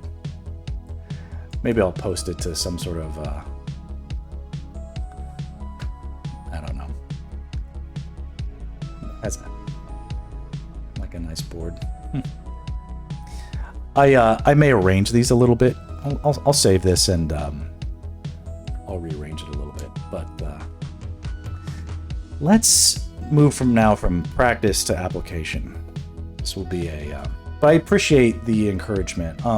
This stuff needs to be better demoed and understood by artists in general. And Sextra is like, I've said before, I'm extremely impressed by the dynamism and like your compositions are very challenging. The way you're jumping in with color, it's like extremely bold. You're very sort of, it's like a natural sort of painter kind of attitude to jump in like that. And my approach is obviously super different.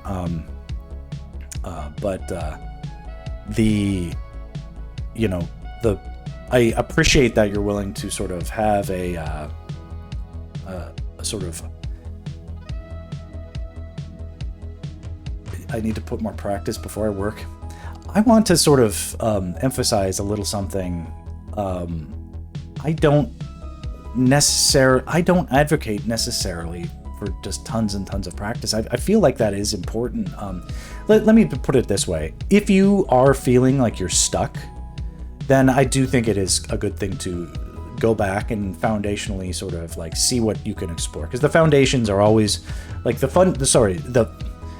foundations and fundamentals. Ultimately, I'm talking about the same thing. Fundamentals of composition, fundamentals of all this stuff. I think you intuit this stuff really well, but because you intuit it really well, I can tell that you're skipping steps and you're getting, I think, a little bit stuck on things that it's like, okay, well, like, I don't think you're, it's a little bit like,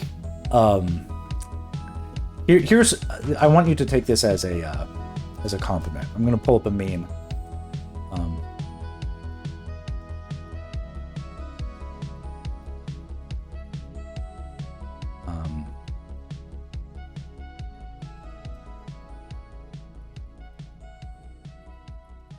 I think this is it. Yeah.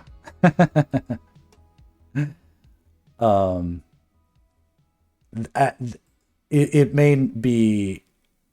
at first be a little bit, let me find a clean one. Okay, I guess this is it.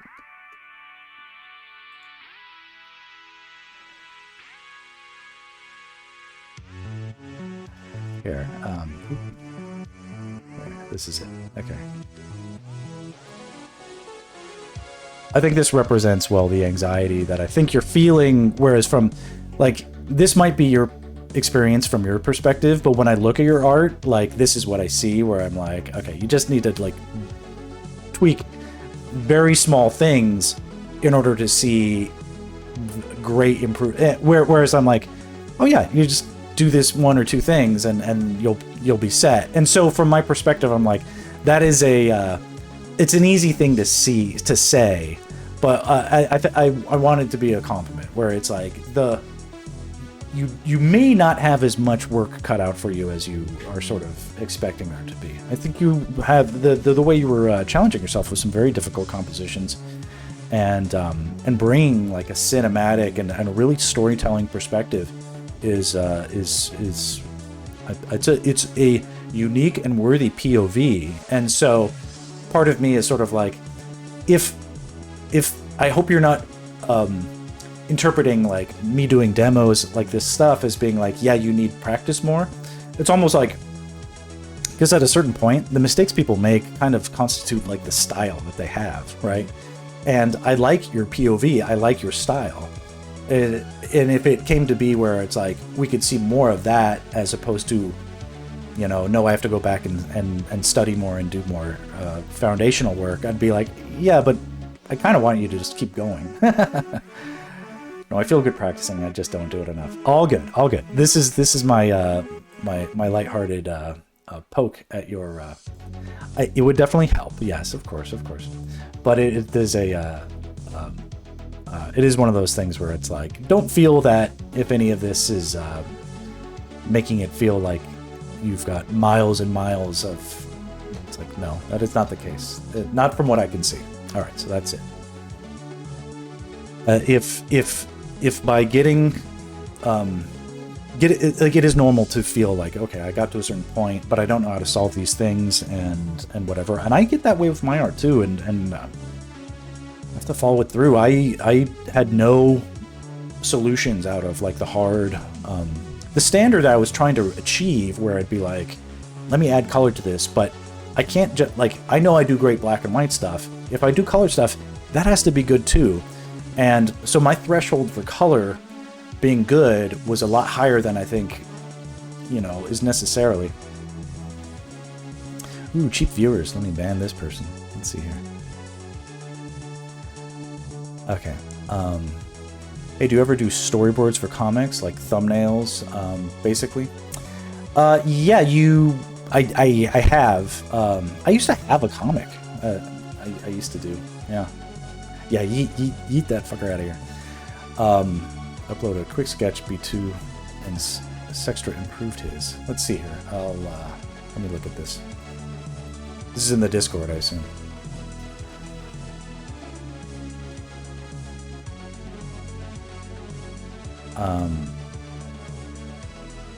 Yeah, I would, I think I have, so my old comic was called 3 Minute Max, and it was a superhero comic. We had a good, I will always stand by that I did my best with the comic. There were challenges with the comic where, my dad and I were doing a collaboration, but this is so funny because it's like when you partner up in comics, like you're like, oh, you have all these, there's like, yeah, let's do this, and you think you're on the same page about stuff, but there can be vast differences between like where the rubber meets the road and the margins of in between the words that you agreed to, where it's like, he had like, I was like, cool, I'll do the comic, and he's like, great, and it's like, I'll do these aspects, you do those aspects, and whatever. And then ultimately it came to be where it was like, it was made to be more work than it needed to be. And I think that hampered it over time because it couldn't, I thought I agreed to do a comic that was simple to do and limited in scope.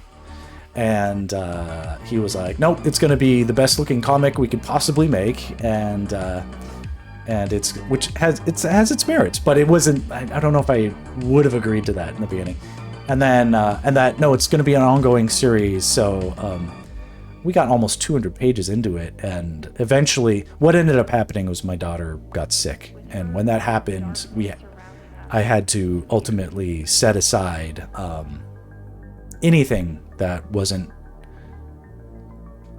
imperative and fundamentally, you know, if it didn't pay the bills, then it wasn't work that I was going to do. And while my dad gave me a stipend for the comic, it wasn't for no money whatsoever. The amount of work it took to get that money was not a good exchange. So yeah, I had to, and it wasn't like there was no pushback from my dad. It was like there was.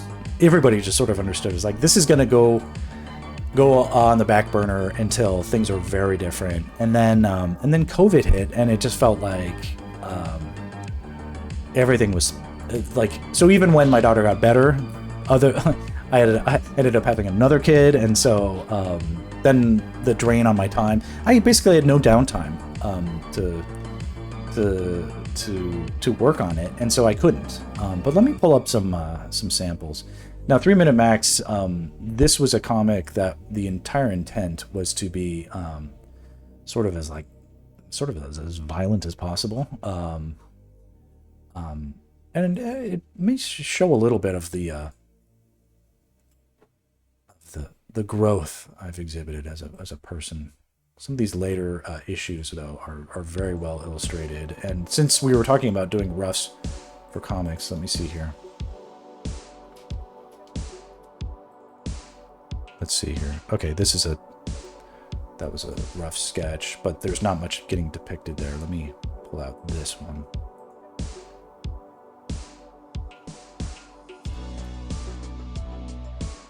Okay, so this is kind of a good indication of the layout that I would put into a comic, where this guy is trying to return stolen property, and she thinks he stole it, and essentially she's trying to beat him up. But he's like a superhero, so he basically defends himself and is like trying to charm her. And this guy is sort of loosely based. It's like a little bit of a self-insert, but you can see that these are the exploratory sketches. So this is like the first to go to page that would go in for this comic book scene. And yeah, this is sort of like my natural sketching style for that I would bring from like a storyboard into a comic book approach. And then, so this is the,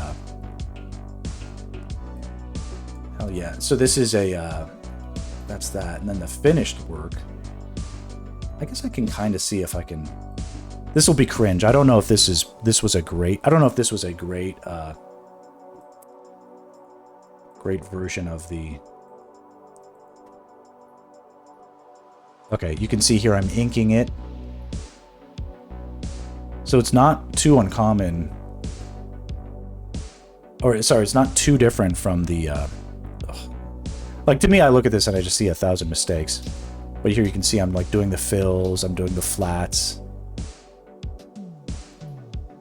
and introducing the light a little bit. Now this was,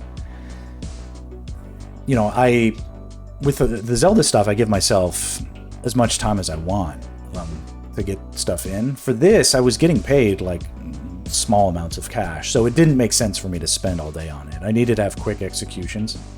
She had, you know, this was that's not exactly a bad comparison.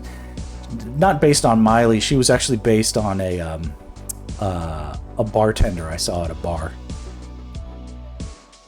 She was she had a personality that I resonated with, and so I sort of channeled her into this. It looks like an actual comic. Yeah, it was a decent webcomic. So you can't. There was all sorts of issues. Unfortunately, it was like my dad, who was funding the thing, wanted to keep costs down, so he was trying to. So I would, you know, he would pay me. I mean, I got like, I don't know. I would call it. It was. Let's just call it like a fraction of what I get paid for the storyboarding work, but it was a non-zero amount of money, and it was my own kind of. It was like our IP, so I didn't mind putting a little extra time into it. There's a cool. There's a really rad. What is this? Is this the cover? Okay, yeah, this is like a cover. Is this the done image? Yeah. 3 minute max. So we did like 6 issues of this stuff, and they were all online. It was just a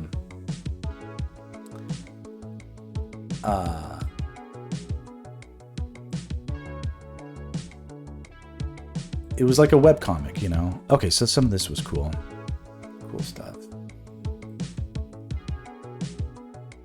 What is this stuff? Okay. So my father is was a writer for cartoons for a long time, and then he segued out of that and became what's known as a micro-pyrotechnic. Yes, my dad is quite a character. He essentially filmed stock footage of explosions and sold them in microtransactions via Gumroad for the better part of the last. Yeah, so he so like these are actual footage of like a real explosion, a real tiny explosion, like but kind of like movie set miniatures and stuff like that. What's the lesson that we learned? Light is light, and it doesn't matter the scale. So like an explosion that is small, if you film it at an angle that makes it look big, it's identical, if not better than a real life huge explosion. So, and this was at sort of like at the dawn of like iMovie as a, yeah. So like to me, these are cringe because I can tell where I was rushing them, but these are definitely not that bad. Okay, yeah, there was a lot of, unfortunately, I had a lot of disagreements with like, it never came to be like, you want this, I want that, and I'm mad at you. It was just more of like, I would try to advocate for different kinds of stories, and he had his own agenda about it that was not a bad one, but it wasn't. We had disparate. Some of these earlier ones are very cringe. We didn't have perfectly aligned goals for the thing. And readership was always less than ideal in terms of... It was interesting. It was like... And then we had like a cute girl character.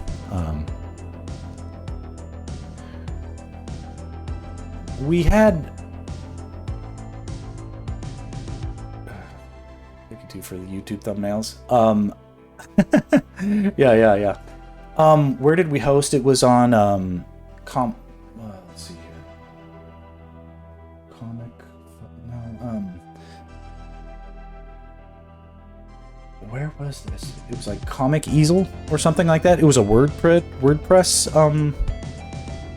Sorry, it was a WordPress template that was sort of converted to be more ideal for comics. But the way that my dad kept using a internet provider that was he's very stubborn. He was using an internet provider that was ultimately not as because I guess it's like when you host and sell files online, you end up having to do it in a way that is like you have to pay for, or at least back in the day, I don't know how it is like now, but like if you're hosting and posting premium content, you actually have to pay for, like, if people are viewing your stuff, it actually costs you money for people to view your stuff at high resolution. And my dad solved this problem by uploading our beautiful artwork at low resolution, which drove me nuts because it was a little bit of a sort of a dig to, like, can you imagine? It was a template on WordPress, and so you got to go to these days you got to go to the Wayback Machine, because essentially my dad made peace with the fact that the 3-minute max wasn't something that I was, where are my pixels? I yearn for the pixels. 3.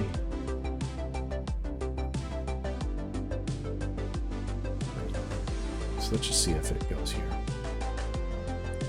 Okay, yeah, here it is. So if we click here, so Detonation Films, if we click here, you'll see some interesting stuff. This is I wonder if he still has that set up.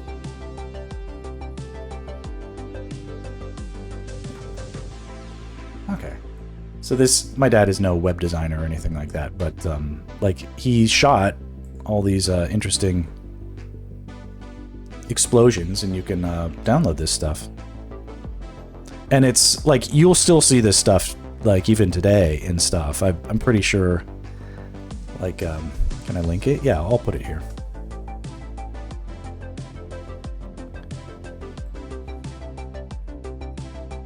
There we go. Put it in Twitch. Ooh, I hit a... Sorry. Nice!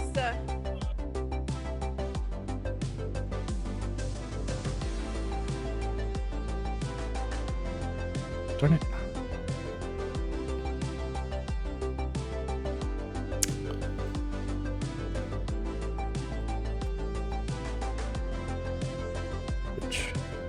Yeah, but these are like he wanted to contribute to the comic by having it have the, well, he would do the writing and the which is no small job. Writing is not an easy thing.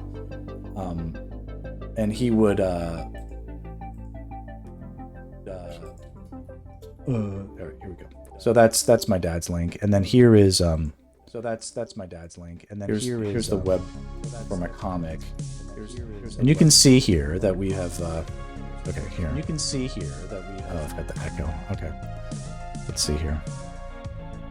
So you can see that this was the highest resolution that the comic was available at, and it's not that great. All right, people who love my art, but so this is also a humbling sort of reality, is that at the start of this comic, I was less experienced and less you know, you can click this button.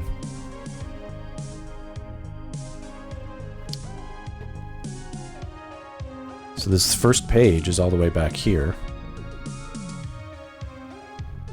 We'll see if it loads. Again, this is on the Wayback Machine. My dad basically let it sort of fizzle out. Oh gosh, yeah. Here's me sort of painting an interesting cover. We had fun aspirations. This was like I printed out a miniature version of this comic, and I have you know, I had versions I took it to San Diego Comic-Con one year or whatever. These are going. This is loading slow. If anybody wants to check out the comic on their own time, can do so. That will be available. I'll put it in the Discord too.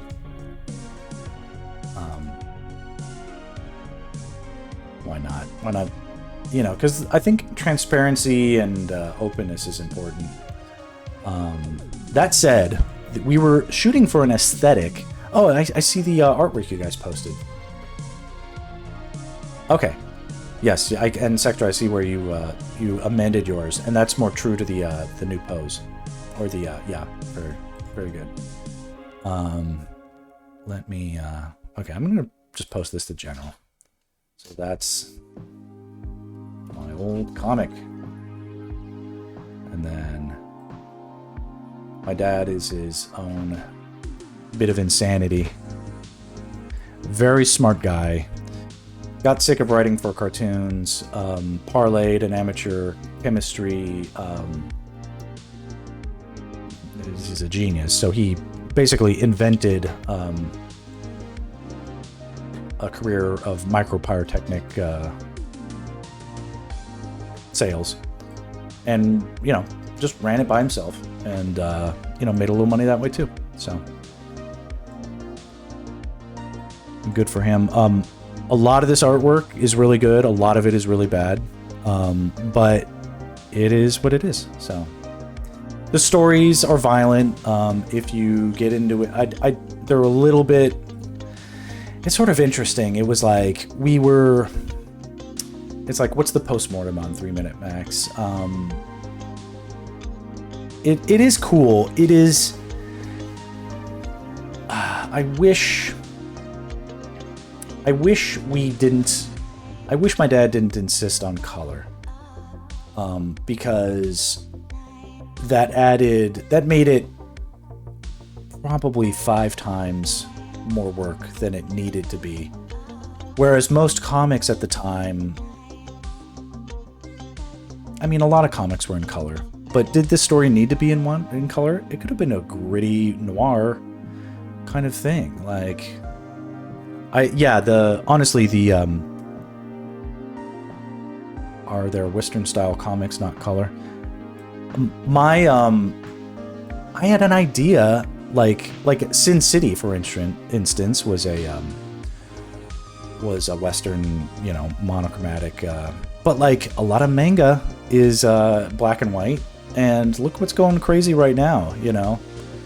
So it's like, my dad was like, no, we got to do it this way, and he was paying for it. So I was like, okay. I'm like, okay, I'll let you, you know, be creative director, and we'll, I'll follow you down this path, and we'll see where it leads. You know, if you're right, then we'll see, you know, kind of thing. And I was like, I'm gonna do the best art I can, and some art is great in black and white. Some great art is great in color. I eventually tried to step up my color.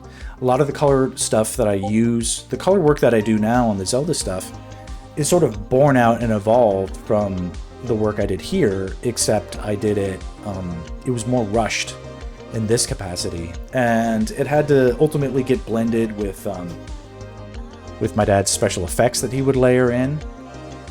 And then ultimately it was sort of like, I didn't need it to be like the Zelda stuff. I'm trying to make these into portfolio pieces, and the comic, you know, the bar, like the bar for comics having color was very low. Like comics have color, but no one expects it to be like perfectly amazing paintings.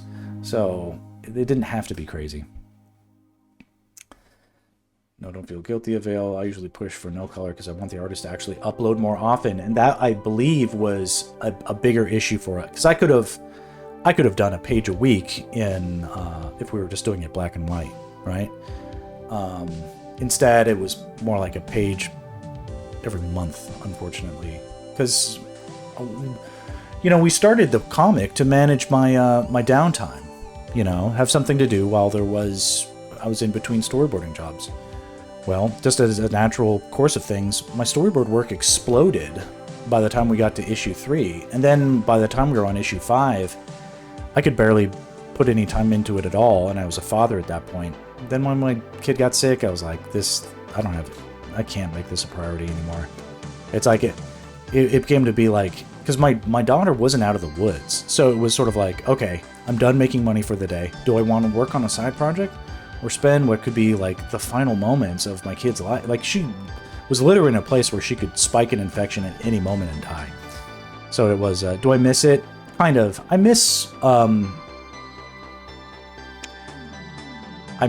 some of the things that I missed being able to make my own creative decisions about what I was working on. I missed feeling like I was building something that could have potential. And collaborating with my dad was fun. Overall, it was a lot of fun.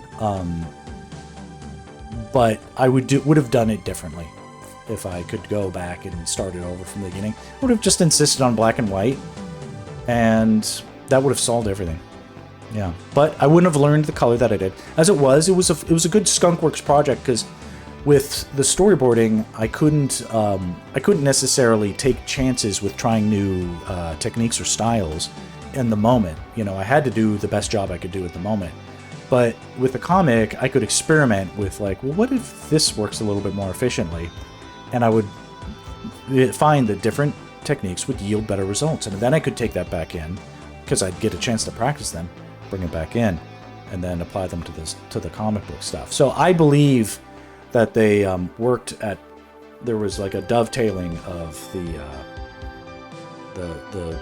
efforts paid off more for my storyboarding work, because I became a better artist, because I wasn't just doing the storyboarding, I was doing the comic book stuff too. So that is that. 3 Minute Max has probably 180 pages if you want to read it. There is no end to the story. And you never say never. It could come back. But it is, right now, it's sort of left on a cliffhanger. And it's, you know, and it's, if you go back and you read it, and you read what my dad writes too, with stuff too, you'll see that, like, you know, in real time in 2018, there it is. It's like, I don't know how to say this, but Max's daughter has cancer. And we don't know if we're gonna... we don't know what is going to happen next, so bear with us for a while. It might be a while before we update. There you go. Yeah, the fast forward emoji. Oh yeah. Boy, can I put that in chat right now? Forward. No, they don't have one. That's a cool, yeah. How do we make that emote? That's cool. Somebody make that emote. Make it an emote. It'll be an emote. I'll drop it in my brother's stream too. Windows key plus. Oh, I don't have that. Windows key plus period.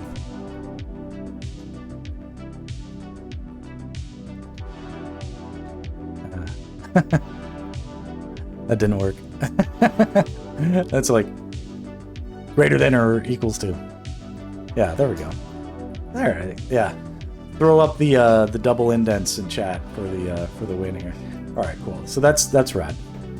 I love the see what I missed about the comic. I more than triple get just doing this stuff. It's much better. My dad was the voice of the comic as well, and in an effort to sort of seed that, I diminished my own voice and my own expression, at least personally. But and the other issue is because if you do go back and you read it, what I didn't love that our audience was mostly constituted. This few could have foreseen, but like essentially, we were basically playing into a very macho angle on webcomics. Meanwhile, what was exploding in webcomics was like, you know, all the stereotype.